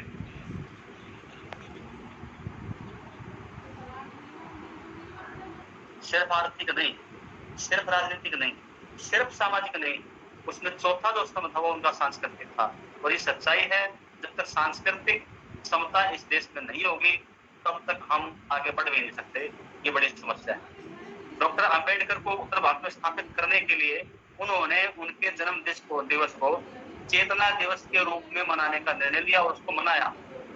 और 1978 का वो समय है जब उन्होंने 14 अप्रैल उनके जन्मदिन से लेकर 30 अप्रैल तक बाबा साहब ने जो मनुस्मृति जलाई थी, वेदों की प्रतियां जलाई थी, उसी प्रकार से रामस्वरूप वर्मा जी ने भी कुल 16 दिन 15 दिन वो प्रतियां जलाई और देश को संदेश दिया कि ये दोनों पुस्तकें बैन होनी चाहिए। रामचरितमानस, वेद और दूसरे मनुस्मृतियां जो हमारे समाज के विरुद्ध हैं, इस देश की जो अधिकांश जनता उसके खिलाफ है, इन सबको बैन किया जाना चाहिए और इनको निष्नाबूद किया जाना चाहिए। ये रामस्वरूप वर्मा जी के विचार। चौथी बात मैं जो कहना चाहता हूँ, आप देखिएगा केंद्र सरकार के जितने भी वित्त मंत्री आज तक बने उनके सबके लिस्ट उठाइए, कौन लोग वित्त मंत्री बने ये निकाल के देखिए आप। या तो ब्राह्मण मिलेंगे या बनिया मिलेंगे। हमारा तो नंबर ही नहीं आता। वित्त मंत्रालय, गृह मंत्रालय, रक्षा मंत्रालय, ये कहाँ देते हैं हम? रेल मंत्रालय। और जब जब हमारे लोगों को ये मंत्रालय मिले हैं तब इन्होंने उसमें ऐसे विशेष कार्य करके दिए हैं जो अपने आप में इतिहास बन गए। स्वयं रामस्वरूप वर्मा जब वित्त मंत्री थे उत्तर प्रदेश सरकार में, उन्होंने फायदे का बजट पेश किया था, ये अपने आप में इतिहास है। और उन्होंने वो बजट भी जो पहले अंग्रेजी में छपता था उसको हिंदी में लेके आए थे ताकि आम जन भी उस बजट को सुन सके और उसको समझ सके। उन्होंने जब उनसे पूछा गया कि ये बजट तो हमेशा इस सरकार का घाटे में आता था, पीछे बहुत सारा घाटा इकट्ठा हो गया था, उसको आपने कैसे पूरा किया और उसको फायदे में लेके कैसे आए? तो उसने बताया इस देश के गरीब से गरीब किसान के पास जाके पूछो, वो आपको इस देश का वास्तविक मैनेजमेंट, इस देश की वित्त की वास्तविक प्रबंधन सिखाएगा। जब सूखा पड़ता है और खेत में एक दाना नहीं होता तब भी वो अपने परिवार को चलाना जानता है और इस देश को खिलाना जानता है। ऐसे परिवार से मैं आता हूँ, इसलिए मैंने इस बजट को फायदे में पहुंचा के दिखाया। आप ऐसे लोगों को सत्ता में लेके आइए और ऐसे लोगों को खुशी सौंपी। दूसरा एक उदाहरण और मैं देना चाहता हूँ। आदरणीय लालू प्रसाद यादव को रेल मंत्रालय दिया गया, जो रेल मंत्रालय हमेशा घाटे का सौदा साबित होता था, जिसको सफेद हाथी माना गया था, उसी रेल मंत्रालय को लालू प्रसाद यादव ने बगैर किराया बढ़ाए फायदे के मुनाफे का बजट पेश किया था, जो अपने आप में इतिहास है। और आज 4 गुना किराया बढ़ा चुके हैं, रेलें कम हो गई है, कर्मचारी आधे कर दिए गए हैं, सारा माल बेच दिया गया है, उसके बाद भी रेलवे घाटे में चल रहा है और उस घाटे को दिखाकर इस रेल को पूंजीपतियों को बेचा जा रहा है। तो मैं प्रतिभा के विषय पर भी अगर बात करूं तो मैं ये कहना चाहता हूं कि जो अर्जक हैं, जिन्हें हम बहुजन कहते हैं, जिन्हें हम मूल्यवासी कहते हैं, जिन्हें हम कामगार कहते हैं, जिन्हें हम सर्वहारा कहते हैं, जिन्हें हम पिछड़े दलित, ओबीसी, एससी, एसटी, माइनॉरिटी कहते हैं, असल प्रतिभा तो इन्हीं लोगों में है। और ये चंद जो लोग हैं जो षड्यंत्रकारी है, उनमें प्रतिभा नहीं है, उनमें षड्यंत्र है, उनमें मक्कारी है, उनमें दुष्टता है, उनमें साजिश है, वो ठग हैं।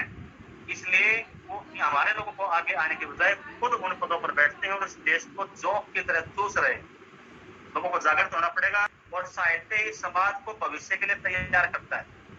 रामस्वरूप वर्मा जी बड़े साहित्यकार थे, उन्होंने लोगों के उपयोग के लिए बहुत सारी पुस्तकें लिखी और साथ के साथ जो उनका एक ऐतिहासिक कार्य था, मैं जो आप सबको बताना चाहता हूँ, वो था 1978 में बाबा साहब की 2 पुस्तकों पर उत्तर प्रदेश सरकार ने बैन लगा दिया था। एक पुस्तक एनिहिलेशन ऑफ कास्ट, जिसको हम जाति भेद का उच्छेद नाम से जानते हैं, और ये वही पुस्तक है जिसको संतराम बीए ने स्वयं प्रकाशित किया था, उसके बाद बाबा साहब ने प्रकाशित किया था। और दूसरी पुस्तक थी कि हम सम्मान के लिए अपना धर्म परिवर्तन करें।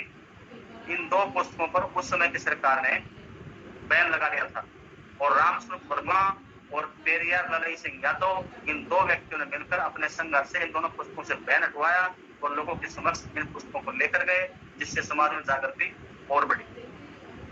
अगली मैं जो चर्चा करना चाहता हूँ अगले पॉइंट पर, वो है कि 7 बार लगातार विधायक रहे राजपुरा से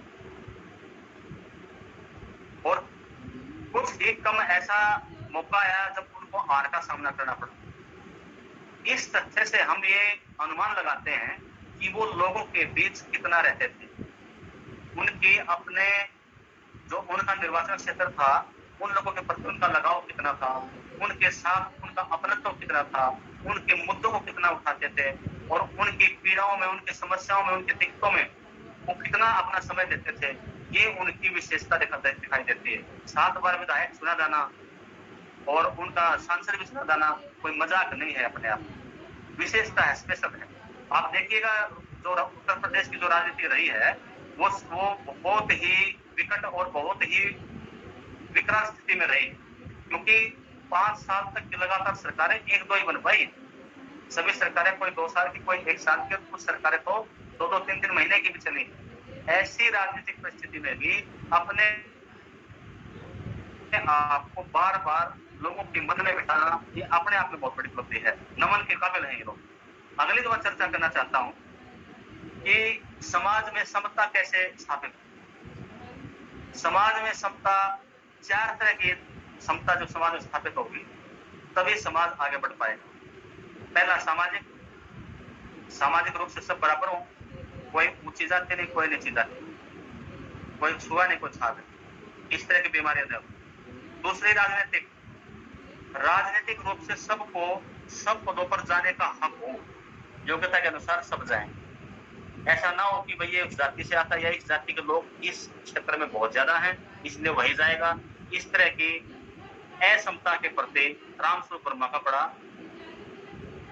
पुरजोर विचार यह था कि ये नहीं होनी चाहिए। तीसरी बात, आर्थिक समता।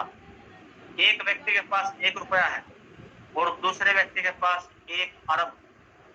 1 अरब वाला व्यक्ति 1 रुपये वाले व्यक्ति के तमाम हकों को अपने पैसे के बल पे छीन लेगा। ये रामस्वरूप वर्मा अच्छे से जानते थे, इसलिए उन्होंने अपने इस समता की जो लिस्ट में है ना, आर्थिक आधार को भी सबसे आगे रखा। और चौथी जो सबसे बड़ी बात है वो है सांस्कृतिक समता। सांस्कृतिक समता आखिर में वहीं पर आ जाती है, ऊंची जाति नीची जाति, या ये लोग असभ्य है, ये लोग सभ्य है, ये लोग शिक्षित है, लोग गंवार, इनकी भाषा गंवारों पर लिए हुए है, इनकी भाषा जो है ना ज्यादा संस्कृत है, सांस्कृतिक। तो इस प्रकार की असमता के प्रति भी रामस्वरूप वर्मा पूरी तरह से लड़े, उसको समाप्त किया। इन 4 चीजों में अगर गौर की हो तो आपने एक बात नहीं थी, वो बात थी धार्मिक समता की। धार्मिक समता की बात आदरणीय रामस्वरूप वर्मा ने इसलिए ली थी क्योंकि धर्म को वो केवल और केवल एक बुराई मानते हैं। जैसे मार्क्स ने कहा था कि धर्म एक अफीम है और लोगों को लूटने का धंधा है, गुलाम बनाने का धंधा है, उसी प्रकार रामस्वरूप वर्मा भी ये मानते थे कि धर्म जो है ना ये एक बीमारी है और बीमारी के साथ समता नहीं बरती जाती, उसका निर्मूलन किया जाता है, उसका उन्मूलन किया जाता है, उसका विनाश किया जाता है, उसको समाप्त किया जाता है। और हमारा तो धर्म में और एक बड़ी विकृति है, कहते हैं कि एक तो कोड और ऊपर से उसमें खुजली और भयानक। तो हमारा देश का जो धर्म है उसके अंदर तो कोड में खुजली ब्राह्मणवाद है और ब्राह्मणवाद को किसी भी तरीके से समाप्त नहीं किया जा सकता, इसलिए उसको नकारना ही बेस्ट है, उसको नकारना ही जरूरी है। ये आदरणीय रामस्वरूप वर्मा ने हमें समझाया, बताया। इसीलिए उन्होंने कहा था कि मर जाएंगे कट जाएंगे लेकिन हिंदू नहीं कहलाएंगे। क्यों? क्योंकि वो हिंदू जो शब्द है वो ब्राह्मणवाद का प्रतीक है, ब्राह्मणवाद नहीं चाहिए। आदरणीय राम मनोहर लोहिया के साथ काम करते करते अंततः उनकी बहस और उनसे टूटने का जो कार्य खत्म हुआ वो इसी बात पे था कि राम मनोहर लोहिया रामचरितमानस और मनुस्मृति को समर्थन देते थे, लेकिन आदरणीय रामस्वरूप वर्मा इन दोनों को ही इस देश के कलंक का प्रतीक मानते थे। जैसे बाबा साहब अम्बेडकर ने मनुस्मृति जलाई, उसी प्रकार से रामस्वरूप वर्मा ने मनुस्मृति और रामचरितमानस दोनों को बैन करने के लिए कानून लाने की बात कही थी। इसलिए उनका राम मनोहर लोहिया से भी मन मोहभंग हुआ और वो उनकी पार्टी से अलग हुए। तब उन्होंने महाराज सिंह भारती, स्वयं वो और बाबू जगदेव सिंह कुशवाहा के साथ मिलकर समता, शोषित समता दल बनाया और उससे आगे अपने कर्तव्य को, अपने कार्य को आगे बढ़ाया। तो रामस्वरूप वर्मा जी के विचारों को जानने के लिए, उनके विचारों को आगे बढ़ाने के लिए, उनको आगे पढ़ने के लिए मैं चाहता हूं कि हम सब मिलकर प्रयास करें और उनका जो साहित्य है वो भी समाज में वितरित करें। मैं बार बार जब भी हम इस पे वेबिनार पे बैठते हैं हम सभी साथी, तो मैं एक जिक्र बार बार करता हूं कि हम साथी जो जागरूक साथी हैं वही रह जाते हैं और हमारा काम होना चाहिए उन लोगों के लिए काम करना जो लोग अभी तक जागृत नहीं हो पाए। कुछ ना कुछ ऐसा प्रयास किया जाए, या तो जिम्मेदारी लगाई जाए सबके, भाई अपने साथ 5 बंदों को साथ लेके बैठो वेबिनार। जैसे अभी यूँ देख लीजिए 18 साथी 20 साथी बैठे हैं उम्मीदवार में फिलहाल, तो 20 जने अगर 5-5 अपने साथ लाएंगे तो 100 करना चाहूँगा राम स्वरूप वर्मा महामना जी को, जिनका आज जन्मदिवस भी है और जिनकी क्रांति की रोशनी आज हम सबके घरों तक पहुंच रही है। दूसरा, जितने भी पार्टिसिपेंट्स आए हैं, कुछ आके चले भी गए, मैंने देखा कुछ लेट आए, उन सबका भी मैं बहुत बहुत धन्यवाद करना चाहूँगा। तीसरा, एक छोटी सी बात मैं जरूर कहना चाहूँगा। तकरीबन 7-7:15 से हम बैठे हैं, 3 घंटे से ज्यादा का समय हुआ है। मेरा ख्याल है समय बहुत ज्यादा जब होगा तो बिखराव आ जाएगा। पहले ने क्या कहा दूसरे को नहीं पता, दूसरे ने क्या कहा तीसरे को नहीं पता, तो ये बात बनेगी नहीं। विचारों का आदान प्रदान आमने सामने ही होना चाहिए। बहुत अच्छे वक्ता जन आपने चुने हैं, बहुत बढ़िया काम करने वाले और एक्सपीरियंस लोग यहाँ पे आए हैं।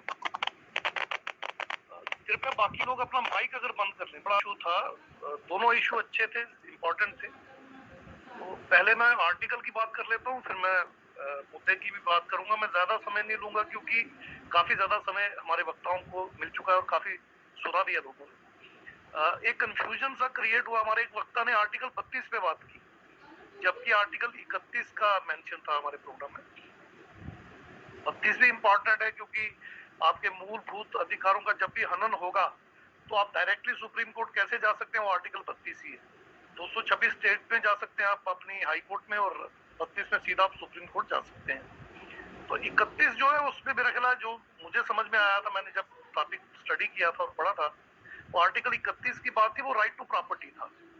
और राइट टू प्रॉपर्टी जो है हमारे संविधान में पहले ये फंडामेंटल राइट था, मूलभूत अधिकार था। आर्टिकल 31 में आता था कि कोई भी व्यक्ति जो उसकी प्रॉपर्टी का जो अधिकार है वो उसका मूलभूत अधिकार है।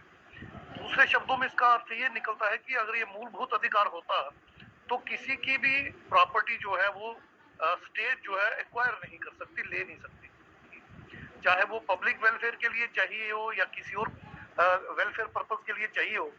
तो वो प्रॉपर्टी अगर फंडामेंटल राइट्स में आएगी तो जब भी सरकार लेने की कोशिश करेगी तो वो व्यक्ति आर्टिकल 226 में हाई कोर्ट में जाके स्टे करवा देगा या आर्टिकल 32 में जाके वो सुप्रीम कोर्ट से स्टे करवा देगा, और ऐसी हालत में वो प्रॉपर्टी नहीं ली जा सकती, चाहे वो कितनी भी जरूरी क्यों ना हो स्टेट के लिए। स्टेट मतलब सेंट्रल गवर्नमेंट और स्टेट गवर्नमेंट दोनों को मिला के मैं बात कर रहा हूँ। तो आर्टिकल 31 44th अमेंडमेंट, 44वीं अमेंडमेंट हुई है 78 में, सन 1978 में, तो उसमें इसको आर्टिकल 300A में कन्वर्ट किया गया, यानी फंडामेंटल राइट से निकाल के नॉर्मल आर्टिकल्स में डाल दिया गया। और वहां पर क्या कहा गया कि अगर स्टेट की फिर मैं डेफिनेशन बता दूं, चाहे वो सेंट्रल गवर्नमेंट हो या स्टेट गवर्नमेंट हो, स्टेट को किसी की प्रॉपर्टी की जरूरत हो, जमीन की जायदाद की जरूरत हो पब्लिक वेलफेयर के लिए या कॉमन काज के लिए, जनरल काज के लिए, तो स्टेट उस प्रॉपर्टी को एक्वायर कर सकता है। ये आर्टिकल 300A में रखा गया और फर्दर उसकी क्लैरिफिकेशन भी दी गई। बिल्कुल ऐसे ही जाके एक्वायर नहीं की जा सकती है प्रॉपर्टी, उसका उचित मूल्य जो है उस समय जब वो एक्वायर की जाएगी तो उसका उचित मूल्य जो है उसके मालिक को देना पड़ेगा। और इस आर्टिकल के तहत फिर आगे अलग अलग राज्यों में, केंद्र में भी इसके कानून बने। लैंड एक्विजिशन एक्ट हमारे यहाँ JNK में भी है, उसमें बाकायदा एक नोटिफिकेशन निकलता है सेक्शन 4 में, फिर उसके आगे बाकी प्रोसीडिंग चलती हैं और पूरा एक प्रोसेस है, लीगल प्रोसेस है। उसको अडॉप्ट करने के बाद उसकी पेमेंट करने के बाद वो प्रॉपर्टी एक्वायर की जाती है, और अगर वो पेमेंट कम हो तो वो व्यक्ति उसकी एनहांसमेंट के लिए भी आगे अथॉरिटीज के पास जा सकता है। Revenue authorities usually nodal officer रहते हैं, वहां ना हो तो फिर वो सिविल कोर्ट में भी जा सकता है या हाई कोर्ट में भी जा सकता है, या सिविल कोर्ट के होते हुए भी हाई कोर्ट जा सकता है, या डायरेक्ट हाई कोर्ट में भी जाके गुहार लगा सकता है कि मुझे इसका उचित दाम नहीं मिला है, और उसकी प्रॉपर्टी एक्वायर करने के बाद भी उसको उचित दाम जो है वो देना पड़ता है जब कोर्ट की डायरेक्शन हो जाती है। तो ये आर्टिकल 31 जो 300A में बदला गया, ये उसका स्वरूप था, ये उसका प्रारूप है आज की तारीख में। तो ये 44th अमेंडमेंट के बाद इसका प्रारूप बदला। ये अब मूलभूत अधिकारों में नहीं आता है, फंडामेंटल राइट्स में नहीं आता है। इसका फर्क अगर समझना है तो मैं एक लाइन में समझा देता हूँ। जो मूलभूत अधिकार है उनका अगर हनन हो तो आप आर्टिकल 226 में डायरेक्टली अपनी कंसर्न हाई कोर्ट, जो आपकी एरिया की हाई कोर्ट है, जैसे पहले हमारी स्टेट थी J&K, अब यूटी बन गई है, तो UT of Jammu and Kashmir and Ladakh की जो हाई कोर्ट है उसमें डायरेक्टली हम जा सकते हैं। इसी तरह पंजाब और हरियाणा वाले, चंडीगढ़ में इनकी हाई कोर्ट है, पंजाब हरियाणा की एक ही हाई कोर्ट है, तो वहां जा सकते हैं। तो आर्टिकल 226 में अगर मूलभूत अधिकारों का हनन हो, अगर मूलभूत अधिकार नहीं है तो नहीं जा सकती। आर्टिकल 32 में सुप्रीम कोर्ट भी जा सकते हैं अगर मूलभूत अधिकारों का हनन हो। तो इस तरह से ये आर्टिकल 31 में जब राइट टू प्रॉपर्टी था तो आप जा सकते थे 226 में हाई कोर्ट में और आर्टिकल 32 में सुप्रीम कोर्ट में। क्योंकि ये मूलभूत अधिकारों में अब नहीं रहा, आर्टिकल 300A में चला गया, तो अब आप हाई कोर्ट में जा तो सकते हैं, मगर वहां पे आप सिर्फ एडिक्वेट कंपनसेशन जो है, जो उसका उचित दाम है, मूल्य जो है, वो वहां से हासिल कर सकते हैं। ये आर्टिकल 31 है। बाकी इसमें और भी कुछ डिटेल्स हैं। मेरा कहना है ये उचित मेन टॉपिक था। रामस्वरूप वर्मा जी, देखिए उनके व्यक्तित्व को समझने के लिए बहुत अच्छा यहाँ पे डेलिब्रेशन हुआ, उनका नाम है, तो उन्होंने तो काफी एक्सप्लेन कर दिया उस चीज को। इसको समझने का सीधा सा सिंपल सा उदाहरण है, दो विचारधारा है भारत। एक तो मनुवादियों की विचारधारा है, ब्राह्मणवादियों की विचारधारा है, और एक हमारी फुले शाहू अम्बेडकरी विचारधारा है, या तथागत गौतम बुद्ध से लेके अब तक जितने भी महामानव हुए हैं, उनमें मेल भी हुए हैं, फीमेल्स भी हुई हैं, तो उनके माध्यम से जो आज तक हमारी विचारधारा पहुंची है, ये दो विचारधाराएं हैं। तो इन दो विचारधाराओं में समय समय पर जरूरत के हिसाब से बड़े बड़े रेवोल्यूशनरी लोग पैदा हुए हैं। जैसे संत कबीर जी का जिक्र हुआ, संत रैदास जी का जिक्र हुआ, संत सैन जी का जिक्र हुआ, या संत गोरे जी महाराज हैं, बहुत सारे, पीपा जी हैं, धन्ना जाट हैं, बाबा नानक जी हैं। तो इसी तरह से आगे चलते हुए मॉडर्न इंडिया की जब हम बात करें, मॉडर्न इंडिया मतलब जब 1818 के बाद को मॉडर्न इंडिया में गिनते हैं, तो राष्ट्रपिता ज्योतिबा फुले जी सबसे बड़े हमारे मार्गदर्शक हुए। उनके साथ ही कई लोग आगे आए, जैसे प्यारी रामास्वामी नायकर जी, अयंकाली, एक त्रावणकोर डिस्ट्रिक्ट है केरला में, पहले वो स्टेट हुआ करता था, राजा का राज्य था वहाँ, अयंकाली, बहुत रेवोल्यूशनरी, बहुत एससी थे वो, अनटचेबल थे, बहुत रेवोल्यूशनरी। इसी तरह बाबा साहब डॉक्टर भीमराव अम्बेडकर जी हुए, या फिर नारायण गुरु जी का यहाँ जिक्र हुआ। नारायण गुरु जी ओबीसी से नहीं थे, वो एससी से थे, एजोवा उनकी कास्ट थी। बाद में अनटचेबिलिटी रिमूव हो गई क्योंकि टेंपल एंट्री मूवमेंट उनकी सफल हुई, 100 के करीब लोग मारे गए थे। उसके बाद ब्रिटिश गवर्नमेंट ने नोटिफिकेशन निकाल के उनकी टेंपल एंट्री खोल दी, मंदिरों में उनका जाना वर्जित था, वो खोल दिया, तो अनटचेबिलिटी भी वहां से खत्म हो गई। ओबीसी में भी लोग उनको गिनते हैं, मगर उनका बेसिक जो बैकग्राउंड थी वो एससी से थी। एजोवा उनको बोलते हैं, टॉडी ट्रैपर, ताड़ी, वो जो शराब वगैरह निकालती है कुछ कम्युनिटी, आपने देखा होगा दक्षिण में, तो वहां से थे। तो इसी तरह चलते चलते मॉडर्न इंडिया में जो 20वीं शताब्दी हमारी है, उसमें बहुत सारे जबरदस्त रेवोल्यूशनरी पैदा हुए, और 21वीं शताब्दी में भी पैदा हुए।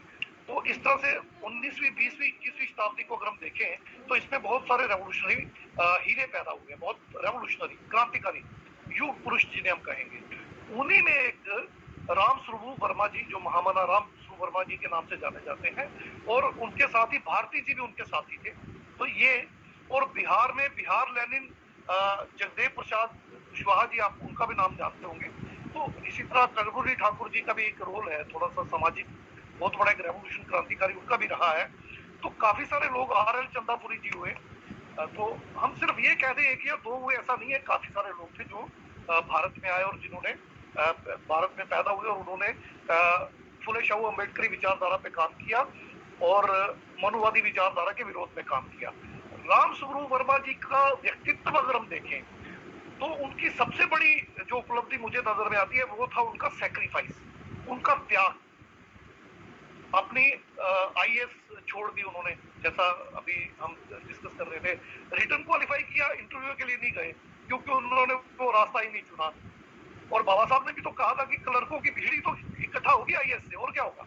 वही चीज उन्होंने भी कही कि मुझे IAS नहीं जाना, मुझे सिविल सर्विसेज में नहीं जाना है। इसी तरह से वकालत में भी जाते तो इतना बड़ा काम नहीं कर सकते थे जितना उन्होंने किया। तो वकालत भी उन्होंने ज्यादा देर नहीं की, वो भी उन्होंने नहीं की, वो छोड़ दी। तो अल्टीमेटली उन्होंने कौन सा रास्ता अपनाया, बड़े आदमी और महान आदमी में जो फर्क बाबा साहब ने बताया था, उन्होंने उस फर्क को समझा। वो बड़ा आदमी नहीं बने, महान आदमी बने। वो अपने अर्चक समाज के लिए, अपने शमन समाज के लोगों के लिए, अपने मूल निवासी बहुजन समाज के लिए, SC ST OBC और हम में से धर्मांतरित मुस्लिम सिख क्रिश्चियन जो है, जो हमारा मूल निवासी बहुजन समाज है, उसके लिए, जो उत्पादक समाज है, जो कमेरा समाज है, उसके लिए उन्होंने काम किया। और जो भी उनको सही लगा उन्होंने वो किया। और सबसे बड़ा अटैक उनका जो धर्म पे रहा, मार डालेंगे, मर जाएंगे, हिंदू नहीं कहेंगे, ये कोई छोटी बात नहीं है। बाबा साहब ने भी वही किया अपने जीवन के अंतिम क्षणों में। 2.25 महीने पहले उन्होंने बुद्ध धर्म की दीक्षा ली, तो क्या कहा उन्होंने कि आज मेरी हिंदू धर्म की गंदगी से मुक्ति हो गई और आज मैंने उस धर्म को छोड़ दिया, लात मार, आज मेरा एक नया जन्म, पुनर्जन्म हुआ, मैंने घर वापसी की धर्म में, मुझे अपनी संस्कृति मिल गई। यही चीज महामना रामस्वरूप वर्मा जी और भारती जी के जो निर्देश थे उनमें देखने को मिलती है कि मनुस्मृति जलाइए, रामचरितमानस जलाइए, वेद पुराण जलाइए, और क्या करना है, आपको श्रमण संस्कृति को लाना है। तो जब तक हम अपनी संस्कृति में घर वापसी नहीं करेंगे, जितनी भी चीजें हम कर रहे हैं वो सारी निराधार है, वो टेम्परेरी है। थोड़ी देर के लिए सत्ता मिल भी जाएगी तो नहीं रहेगी, जैसे मायावती जी की नहीं रही, हमारे समाजवादी पार्टी के मुलायम सिंह या उनके बेटे अखिलेश, उनकी भी ज्यादा देर नहीं रही, लालू जी के हाथों से भी आई और निकल गई। तो वो टेम्परेरी होगा। परमानेंट कब होगा? परमानेंट तब होगा जब SC ST OBC जो खुद को हिंदू समझते हैं, वो सबके सब लोग हिंदू फोल्ड से बाहर निकल जाएंगे। कैसे निकलेंगे? वो अपनी श्रमण संस्कृति में, धम्म संस्कृति में घर वापसी करेंगे या नास्तिक हो जाएंगे। बुद्धा भी greatest atheist of the world थे, तो आप नास्तिक भी हो जाएंगे, तब भी उससे निकल आएंगे। यानी आपको मनुवादियों की, ब्राह्मणवादियों की संस्कृति से बाहर निकलना होगा। तो यही उनका सबसे बड़ा प्रयास था, महामना रामस्वरूप वर्मा जी का भी, और यही भारती जी भी यही चाहते थे, यही बाबा साहब चाहते थे, यही पेरियर चाहते थे, यही फुले चाहते थे। बहुत कम लोगों को मालूम होगा कि सत्यशोधक समाज के बाद आखिरी दिनों में राष्ट्रपिता महात्मा ज्योतिबा फुले जो हैं, महामना ज्योतिबा फुले जो हैं, उन्होंने सत्य धर्म की शुरुआत की थी, एक नया धर्म शुरू किया था। उसके 35 पॉइंट पढ़ लीजिए, पूरे का पूरा बुद्धिज्म है। तो वो भी बुद्ध की तरफ गए, वो भी इस मनुवाद ब्राह्मणवाद के विरोध में गए। और एक बात जो उन्होंने कही थी, बहुत बड़ी बात, वो यहाँ पे रिपीट करना चाहूंगा, वही बात रामस्वरूप वर्मा जी ने रिपीट की है कि आपको इस क्रांति के लिए अपने घर से लड़ाई शुरू करनी पड़ती है, अपने माँ बाप से लड़ना पड़ता है, भाई बहनों से लड़ना पड़ता है, अपने परिवार से लड़ना पड़ता है, अपने सगे संबंधियों से, दोस्तों से, सबसे लड़के आपको ये साबित करना पड़ता है कि गलत गलत है और सही सही है। आज की तारीख में भारतीय मूल निवासी सांस्कृतिक मंच, जिसके सर्वे सर्वा हमारे बिहार में बैठे हैं शिवाजी राय साहब, तो उनके तत्वाधान में हम पूरे भारत में सांस्कृतिक मंच के माध्यम से काम चला रहे हैं। शादियां भी बौद्धिक तरीके से कर रहे हैं, मरना जीना, जन्म से लेकर मरण तक, और जो भी घरपति, जो भी जितने भी कार्य हैं, सब हम अपने बौद्धिक तरीके से कर रहे हैं। जम्मू में 150 से ज्यादा शादियां हमने बौद्धिक तरीके से अटेंड कर ली हैं।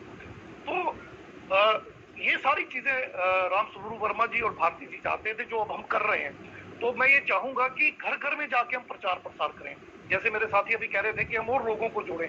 हमें गांव गांव जाना होगा, गली गली जाना होगा, कूचे कूचे में जाना होगा, कारपोरेशन और कमेटियों के हर मोहल्ले में जाके नुक्कड़ नाटक, जैसे कि ये किया करते थे, आपको पता होगा अर्जक संघ नुक्कड़ नाटक किया करता था, बैन कर दिया गया था, रातों को करते, पुलिस पकड़ के हम जेलों में भर देती थी, फिर भी करते थे। तो ये बहुत चैलेंजिंग काम रामस्वरूप वर्मा जी का है, बहुत चैलेंजिंग। हर वक्त लड़ाई, हर वक्त युद्ध, हर वक्त रणनीति और रण क्षेत्र, बहुत बड़ी लड़ाई उन्होंने लड़ी है। कोई कहना बड़ा आसान है, उन्होंने ये कर दिया, वो करना ही नहीं, हर वक्त लड़ना।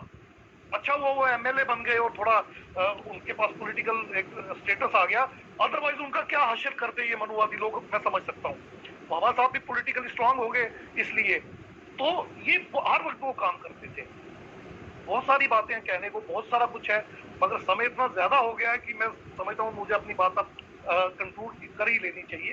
तो लास्ट में मैं ये कहना चाहूंगा, इतने दानिश्वर, इतने बढ़िया, इतने अक्लमंद हमारे लोग इस प्रोग्राम में आए हैं, तो एक उत्साह फिर से मेरा बहुत ऊपर चला गया है कि नहीं, अब हम नहीं हारने वाले, और राजेंद्र प्रसाद सिंह जी को आप शायद जानते होंगे, बिहार से हैं, वो भी हिस्टोरियन हैं, बहुत किताबें उन्होंने लिखी हैं। और हमारे जो आज वक्ता यहाँ पे आए थे राजीव पटेल जी, इन्होंने बहुत सारी किताबें लिखी हैं जिनका जिक्र अभी हमारे यहाँ पे भी हो रहा था। और एक यूट्यूब पे चैनल है साइंस जर्नी करके, साइंस जर्नी ने इनकी किताबों को लेके काफी सारे प्रोग्राम बनाए हैं। अगर आपके पास फुर्सत हो तो आप वो सारे प्रोग्राम उनके देखिए या उनसे चुन चुन के देखिए, आपको और जागृति आएगी। और एक यूट्यूब चैनल मेरा भी छोटा सा है, सोशल मूवमेंट टाइम्स करके, बहुत बड़े कम वीडियो में डाल पाता हूँ, जब भी फुर्सत मिलती है हफ्ते 10 दिन में एक आधी डाल देता हूँ। कभी वक्त मिले तो सोशल मूवमेंट है, या फिर फेसबुक में अशोक कुमार बसोत्रा के नाम से मुझे ज्वाइन कर सकते हैं, फॉलो कर सकते हैं। इंस्टाग्राम पे भी हूँ मैं, ट्विटर पे भी हूँ। तो सोशल मीडिया हमारे पास है, मेन स्ट्रीम में हम अच्छी तरह से जानते हैं, मगर इसकी फुल यूटिलिटी कीजिए। 5-5, 6-6 बड़े बड़े अकाउंट बनाइए और हजारों लाखों की तादाद में लोगों को जोड़िए और बहुत जागरूक करिए, उनको बेसिकली जागरूक करिए। अभी भी बहुत बड़ा एक समाज है SC/ST OBC का हमारा, मनुवादी है, ब्राह्मणवादी है, उनके चंगुल में है, उनकी संस्कृति फॉलो कर रहा है, इसीलिए हम अभी तक पीछे हैं। तो लास्ट में मैं यही कहना चाहूंगा कि जो 4 बातें बार बार यहाँ रिपीट हो रही हैं कि किस तरह से वो हमें काम करना है, तो राजनीतिक तो है ही, सामाजिक सबसे पहले रखना पड़ेगा। सामाजिक हो, आर्थिक हो, राजनीतिक हो, मगर उन सबसे ऊपर सांस्कृतिक हमें रखना होगा। जब तक हम अपना धर्म नहीं बदलेंगे, जब तक हिंदू धर्म से हम निजात नहीं पाएंगे, परमानेंट सोल्यूशन हमारी सारी प्रॉब्लम्स का नहीं होगा। तो अल्टीमेटली रामस्वरूप वर्मा जी का भी यही संदेश था, बाबा साहब डॉक्टर भीमराव अम्बेडकर जी का भी लास्ट यही संदेश था, राष्ट्रपिता ज्योतिबा फुले जी का भी यही संदेश था, प्यारियर वी रामास्वामी जी का भी यही संदेश था, अयंकाली जी का भी यही संदेश था, नारायण गुरु जी का, बहुत है, बहुत लंबी लिस्ट है, बहुत ज्यादा, मैं सबके नाम भी नहीं ले पाऊंगा। सबका यही संदेश था कि हमें हिंदू धर्म से निकलना होगा, इस संस्कृति को त्यागना होगा, तजना होगा, छोड़ना होगा, मनुवादियों से किनारा करना होगा और उस मनुवाद में फंसे हुए अपने सारे समाज को खींच के, समझा के, बुझा के, दिन रात प्रयास करके अपने धम्म में या नास्तिकता में या अपने खेमे में लाना होगा। और परमानेंटली हम फिर इस देश पे वैसे ही राज करेंगे जैसे आज से करीब 800 साल पहले तक हमारा पूरे भारत पे बुद्धिस्ट राज था। और ये जो बात कही जा रही है कि बुद्ध ने वैदिक संस्कृति के खिलाफ विद्रोह किया, ये गलत है। जब बुद्ध हुए तब वेद थे ही नहीं, पुराण थे ही नहीं, ब्राह्मण भी नहीं थे, इनकी संस्कृति भी नहीं थी। इनको भारत में आए हुए 16, 17, 1800 साल से ज्यादा नहीं हुए। 8वीं शताब्दी में पहले शंकराचार्य ने बुद्ध को शिवजी बनाया और शैव मत की शुरुआत की। 11वीं शताब्दी में रामानुजाचार्य जो तमिलनाडु में पैदा हुए, उन्होंने बुद्ध को विष्णु का अवतार बताया, वैष्णव मत की शुरुआत की। और 13वीं शताब्दी के अंत में बुद्ध के छोटे स्टैचूज को और माँ तारा जो हमारी आइकन थी बुद्धिस्ट, उनकी मूर्तियों को, अलंकारित मूर्तियों को शाक्त मत में कन्वर्ट किया और शक्ति का रूप जो लेडीज अब बताई जाती है, माताएं बनाई जाती हैं, उसमें कन्वर्ट किया। तो ब्राह्मण धर्म की शुरुआत 8वीं शताब्दी, 11वीं शताब्दी और 13वीं शताब्दी तक इस पीरियड में हुई। और उसके बाद मुगल काल और अंग्रेजों के काल में इन्होंने सारे धर्म ग्रंथ लिखे। 1464 में ऋग्वेद लिखा गया है, यूनेस्को की वेबसाइट पे जाके देख लीजिए। 1464 में इनका पहला ऋग्वेद लिखा गया है और उसके बाद सारे धर्म ग्रंथ लिखे गए हैं। अगर आप इनके पुराणों की बात करेंगे तो 11वें पुराण भविष्य पुराण में रानी विक्टोरिया की ताजपोशी की बातें हैं, मुगलों की बातें हैं। तो ये कब लिखा गया? मुगल काल में लिखा गया, विक्टोरिया काल में लिखा गया। और स्मृति, श्रुति सब उसके बाद लिखे गए। रामायण, महाभारत, गीता सब अभी लिखे गए। और 1837-38 में जेम्स प्रिंसेप ने जब धम्म लिपि पढ़ ली, क्रोष्टी लिपि भी पढ़ ली और सारा हमारा अशोका के सारे स्तंभ और प्रसन्नजीत जो समकालीन थे बुद्ध के, तथागत गौतम बुद्ध के, उनके सारे शिलालेख सब पढ़ लिए गए, सारा लिटरेचर पढ़ लिया गया। कहीं ब्राह्मण का कोई जिक्र नहीं है, ये मनुवादियों का कोई जिक्र ही थे नहीं यहाँ पे। तो आप पढ़ लीजिए उसको। इनका आगमन जो है 1600-1700 साल पहले हुआ है। 8वीं शताब्दी में इन्होंने पहला हमला किया जब बुद्ध को शिवजी बनाया, शैव मत की शुरुआत की। 11वीं शताब्दी में बुद्ध पे दूसरा हमला किया, वैष्णव मत की शुरुआत की, विष्णु बनाया। और 13वीं शताब्दी में तथागत गौतम बुद्ध और माँ तारा को शाक्त मत में कन्वर्ट किया। और मुगल काल ने किताबें लिख लेके हमें बेवकूफ बनाया और हम पर वो थोप दी और हमें वर्णों और जातियों में बांटकर अपने कब्जे में कर लिया। हमारी संस्कृति हमसे छीन ली और अपनी संस्कृति लाद दी। ये चाणक्य, ये आर्यभट्ट के सब अभी 19वीं और 20वीं शताब्दी के लिखे हुए कैरेक्टर हैं, ये किताबों में मिलेंगे, इनका कहीं किसी शिलालेख में या कहीं भी कोई जिक्र नहीं। तो इन सब चीजों को समझना होगा। समय का मैं ज्यादा नहीं बता पाऊंगा, कभी इन टॉपिक पे अलग से अगर आप बात रखेंगे, समय देंगे तो जरूर रखेंगे। सबको मुझे लग रहा भूख भी लगी होगी। हमारा एक साथी खाना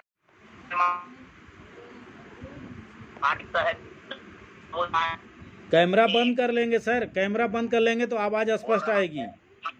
कैमरा बंद कर लेंगे सर, कैमरा बंद कर लीजिएगा तो आवाज़ स्पष्ट आएगी। कट कट के आ रही है, नेट का प्रॉब्लम है।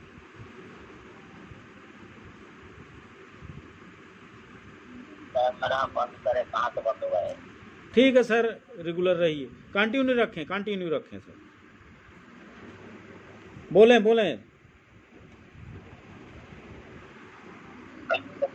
बंद कहाँ से होता है? हाँ बंद हो गया सर, बंद हो गया। ठीक है, आप बोले। हाँ जी सर। तो मैं सीतामढ़ी जिला से हूँ और मेरे इस मंच पे जुड़े हुए एक मित्र हैं, सज्जन हैं, जिनके बातों से मैं काफी वाकिफ हुआ और बहुत खुशी मिली, जो वो कोल इंडिया से है, कोयला खदान में शायद सर्विस करते हैं। मैं छोटा सा परिचय देता हूँ। मेरे पिताजी भी शीतलपुर कोलियारी ईसरगढ़ एरिया वर्धमान जिला में कोलकट मशीन ड्राइवर के पद पे थे और मुझे से अपने पिताजी के द्वारा बचपन से शिक्षा दिया गया, क्योंकि तो मैं कभी कभी पूछ बैठता था, पापा आप अगरबत्ती क्यों नहीं जलाते हैं? तो कहते थे 10 मैं किसी को 1 रुपया दे दूंगा तो कॉपी खरीद लेगा, पढ़ेगा। तो मैं अपने पिताजी से काफी वाकिफ हूँ और मुझे गर्व भी है तो मैं एक ऐसे शख्स का बेटा हूँ जिसने 300 फीट पताल में नौकरी करके मेरे जैसे बेटे को परवरिश किया, तो मैं क्यों न कुछ करूं। मैं पिताजी चले गए जब मेरा 16-17 साल का उम्र रहा होगा। मैं जब से ही सामाजिक कार्य से लगा रहा, कई बार बहुत कुछ किया, इतना समय नहीं है बताने के लिए, लेकिन आप लोग को देख करके और आपके इस मंच से जुड़ करके मुझे बहुत खुशी हो रही है। और जो आज का विषय रखा गया है, महामना हमारे आदरणीय रामस्वरूप वर्मा जी, मैं उनको कोटि कोटि नमन करता हूँ और आप सभी को धन्यवाद भी देता हूँ जो आपने उनके नाम पर आज के दिन हमें जोड़ा और बोलने का मौका दिया। मैं हमेशा सुनता हूँ, आप लोग का भी सुनता हूँ, काफी ग्रुप में जुड़ा हुआ हूँ मैं, और लोग वीडियो कॉलिंग पे हमें सुनते हैं, बुलवाते हैं, फोन भी करते हैं, जैसे आपने भी मेरे को फोन किया।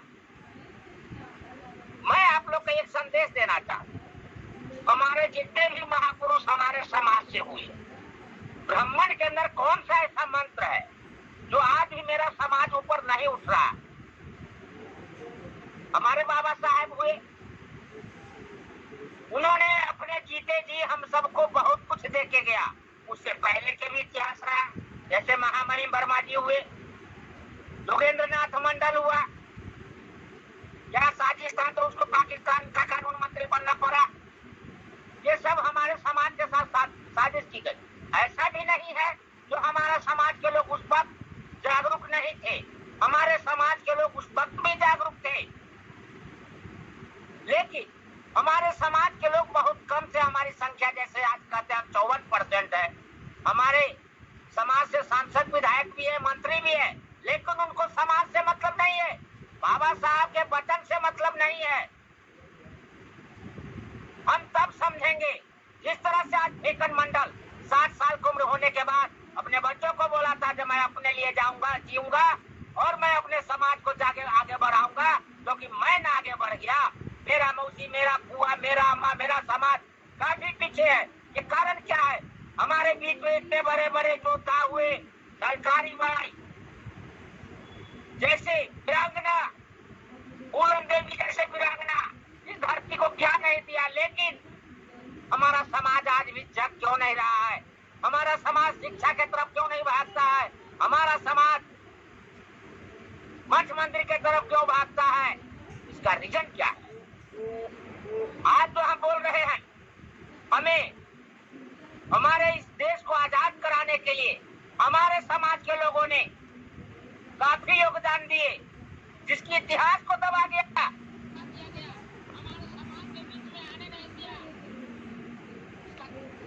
क्या आज हमारी आजादी मिली है? नहीं मिली है। जब मैं गांव-गांव जाता हूँ, जब मैं अपने समाज को लोगों को देखता हूँ, क्योंकि हमारे समाज बहुल्य समाज है, जो पढ़ा लिखा नहीं है, अनपढ़ है। जो व्यक्ति हमारे उम्र के अनपढ़ है, उसके बच्चे बड़ी मुश्किल से 8वीं 10वीं पढ़ भी लिया, तो वो बच्चे धर्म की तरफ जा रहा है, क्योंकि उसके माँ बाप को पता नहीं था धर्म क्या है। ये हमारे समाज के पढ़े लिखे लोगों ने उन लोगों तक पहुँचने नहीं दिया, जिसका कारण है आज हमारा समाज बार बार ब्राह्मणवाद का गुलामी करने के लिए मजबूर है। तो मैं आप लोग को बताना चाहता हूँ और आप लोग को एक सुझाव भी देना चाहता हूँ। जितने हमारे महापुरुष हुए, उन लोगों पे एक किताब लिखिए, एक बुकलेट लिखिए, उसका 10 रुपए कीमत रखिए। जैसे आज लोग कहते हैं, जो जहाँ भी देखो कल कारखाना पैसों वालों का है, हमारे समाज में भी वैसे लोग हैं। एक बुकलेट की फैक्ट्री लगाइए, उसकी 10 रुपए, 20 रुपए, 50 रुपए कीमत रखिए, कम से कम 10 रुपए रखिए। कोई पैसा वाला कारखाना लगाओ, वो 10 आदमी को तो छोड़िए, गाँव में पंचायत में अपने समाज को बेचने के लिए 10 रुपए, 5 रुपए लागत होगी, 5 रुपए बिकेगा, 1 रुपया संगठन में जाएगा, 4 रुपया उसका गुजारा होगा। आज जो हमारे समाज में बेरोजगारी है, बेकारी है, हमारे समाज के पढ़े लिखे और पैसे वाले अगर चाहे तो पूरे भारत को ओबीसी बीसी समाज को ऐसा बना देगा, जो एससी एसटी तो उसके पीछे अपने आप चलने लग जाएगा, मजबूर हो जाएगा ब्राह्मणवाद, वो दर्द हो जाएगा। ये क्या आप बताइए? मैं देखता हूँ तरह तरह के संस्थाएं चल रही है, सबका विचार अलग है, लेकिन मैं अध्यक्ष को सैल्यूट करता हूँ। उन्होंने जिस तरह से बखान किया है और समाज में जाकर के जब मैं उनका वीडियो दिखाता हूँ, काफी लोग प्रभावित होते हैं। मित्रों, मैं आप सभी को यही बताना चाहता हूँ, जिस तरह से हम लोग मंच पर जुड़े हैं, हमें इसी तरह से आज सोशल मीडिया है, जिसके जरिए हम लोग आपस में बात कर लेते हैं, लेकिन इसी बात को हमें गांव तक पहुंचाना है, वहां तक पहुंचाना है। जिसके पास घर में मोबाइल नहीं है, जिसके पास बड़का मोबाइल भी है भी, तो वो जानता नहीं है, चलाना नहीं जानता। मैं जमीन पे घूमता हूँ, 5000 फेसबुक पे मित्र होते हैं, लेकिन वह 5000 मित्र में मुश्किल से हम जैसे आदमी के पास 500 से 1000 आदमी तक जगह होते हैं, बाकी सब सोए हुए होते हैं। इसलिए हमें जमीन पर उतारने की जरूरत है। अगर हमें अपने समाज को, जो हमारी शहादत दिए है, सेवा दिए है, जो व्यक्ति पैदल चल के समाज के लिए जिया है, मरा है, आप लोग को बताऊंगा, दंग हो जाएंगे। मैं अमर शहीद रामफल मंडल जी के गांव में अकेला गया, अकेला कहीं भी जाइए तो आदमी आपका कदर करेगा, समझेगा। मैं अकेला गया और हमारे अमर शहीद रामफल मंडल के बारे में जब वहाँ के बुजुर्ग लोगों ने बताया, मैं दंग रह गया। मैं कितना बड़ा कमीना था उस टाइम, मैं क्यों नहीं पैदा था अपने शहंशाह शहीदों के लिए। ऐसे हमारे समाज के लोग उस वक्त भी थे। लेकिन आप सबसे निवेदन करूंगा, आग्रह करता हूँ, जो आप लोग एक ऐसा क्रांति चलाइए, ऐसा अभियान चलाइए, क्योंकि पूरे भारत में डंका बजे ओबीसी बीसी समाज का। आपके पीछे पूरा एससी एसटी चलने को तैयार है, भारत विकल्प ढूंढ रहा है। जो आज हम लोग मीटिंग कर रहे हैं, इस मीटिंग से क्या मिलेगा? यही उद्देश्य है इस मीटिंग का, यही मिलेगा इस मीटिंग से, जो हमारा समाज आगे कैसे बढ़े। इसी में ठेकन मंडल ने भी एक विचार रखा है, जो महान समाज सेवी उपदेशक कबीर संत महात्मा जो हमारे समाज से हुए, उन सभी का एक बुकलेट तैयार कीजिए, एक कारखाना लगा दीजिए, उसमें 10 आदमियों को घुमाइए, 20 आदमियों को घुमाइए, उसके परिवार का गुजारा भी होगा और हमारे समाज का नाम भी होगा। मित्रों, मेरे साहब लोग, आप लोग बोलते हैं, बड़े प्यार से मैं सुनता हूँ, बहुत अच्छा लगता है जो जानकारी आप लोग देते हैं। तो कहावत है, जो कम पढ़ा लिखा लोग होता है वो ज्यादा पढ़े लिखे लोगों को शब्दों में समेट लेता है बात। तो हम आपका बातों को सुन करके बहुत कुछ सीखते हैं और उसको हम जमीन पर उतारते हैं, क्योंकि मुझे भी गर्व होता है मेरे पीछे पढ़े लिखे लोग हैं। तो आप लोग से भी यही कहूंगा, आज जो स्थिति है देख रहे हैं देश में, जो जनसंख्या गिनती करने के लिए इतना क्या हो रहा है। हमारे बिहार के मुख्यमंत्री साहब पक्ष विपक्ष दोनों गए हैं, मोदी जी बुलाए हैं, क्यों नहीं कराना चाहते हो? हमने भी धरना प्रदर्शन भी किया, एक विधायक अगर खिलाफ बोला था हमने उसके दूसरे दिन पुतला फूंक दिया था। इस तरह का कार्यक्रम पूरे भारत में होनी चाहिए। हम जो हिंदी भाषी राज्य है, उत्तर प्रदेश, मध्य प्रदेश, बिहार, इन राज्यों में तो कम से कम शुरू करें। हम लगे हुए हैं इस अभियान में, हम लगे हुए हैं, क्रांति की बिल्कुल फूंक देना है। मैं तो आप लोग को सुन के इतना खुश होता हूँ, आप लोग के द्वारा लिखा हुआ लेख को पढ़ करके इतना खुश होता हूँ, और मैं अपने समाज के प्रति सोचता हूँ। तो आप लोग से निवेदन करता हूँ, आप लोग आगे बढ़िए। हमारा समाज जो कौड़ी कौड़ी में बिखरा पड़ा है वो एकजुट हो जाए, एक नया भारत बनाए, नया एक। हेलो सर, आज मेरी आवाज आ रही है? जी सर, कंटिन्यू, आपकी आवाज़ आ रही है। अध्यक्ष महोदय, आदरणीय अध्यक्ष महोदय, एडवोकेट महोदय जी को, अशोक जी को, मंडल संचालक देव प्रताप जी को, सभी लोगों को आपको जय भीम महाबुद्धाय। आज जो है महामानव रामस्वरूप वर्मा जी का विनोद जी की जयंती है। इस स्मृति में आप लोगों को, सभी लोगों को, जो मीटिंग में उपस्थित सभी लोगों को बधाई हो, बहुत बहुत बधाई हो। आज उनका जन्मदिन भी है, जयंती है इनकी। तो इसमें जो है अभी हमारे सिंह साहब ने पटेल जी ने विस्तार पूर्वक इनके बारे में कुछ बता दिया है। इसमें ज़्यादा बताने के वो है नहीं है, तो मैं कुछ चीज़ें छूट गए थे, उनको भी मैं बुक पूरा कर देता हूँ। सर वीडियो ऑन करें आप। अच्छा, मैं सर वीडियो ऑन करने से थोड़ा गड़बड़ होती है, मेरा साला नेटवर्क गड़बड़ कर देता है, तो इसलिए मैंने इनको नहीं कर रहा हूँ। जी सर, हाँ। तो वर्मा जी के बारे में पटेल जी ने बहुत कुछ बताया था। वर्मा जी एक मेरे भी छात्र थे। इन्होंने उस जमाने में जिस जमाने में पढ़ने का अधिकार, लिखने का अधिकार, बोलने का अधिकार, कहीं पर हम खुले मंच पर जाने का अधिकार हमको नहीं था, तो उस समय उन्होंने इलाहाबाद विश्वविद्यालय से एमए और कानपुर यूनिवर्सिटी से डिग्री LLB की डिग्री प्राप्त की। LLB आगरा से किया था श्रीमान जी? आगरा से जी, LLB आगरा से, उसके बाद IAS से। हाँ, आगरा विश्वविद्यालय से क्या था,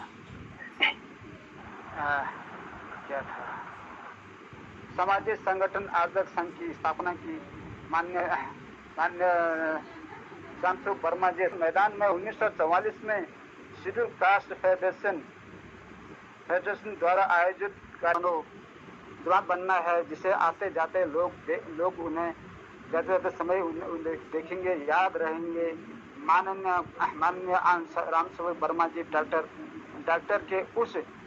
डॉक्टर साहब के उस भाषण से बहुत ही प्रभाव पड़ा, जिसे उन्होंने 25 अप्रैल 1948 को बेगम हजरत महल पार्क में दिया था। कि डॉक्टर बाबा साहब ने कहा था, जिस दिन दिवाली में दिया गया संकोच नहीं होता, लेकिन मंगल देव के खाने में उनका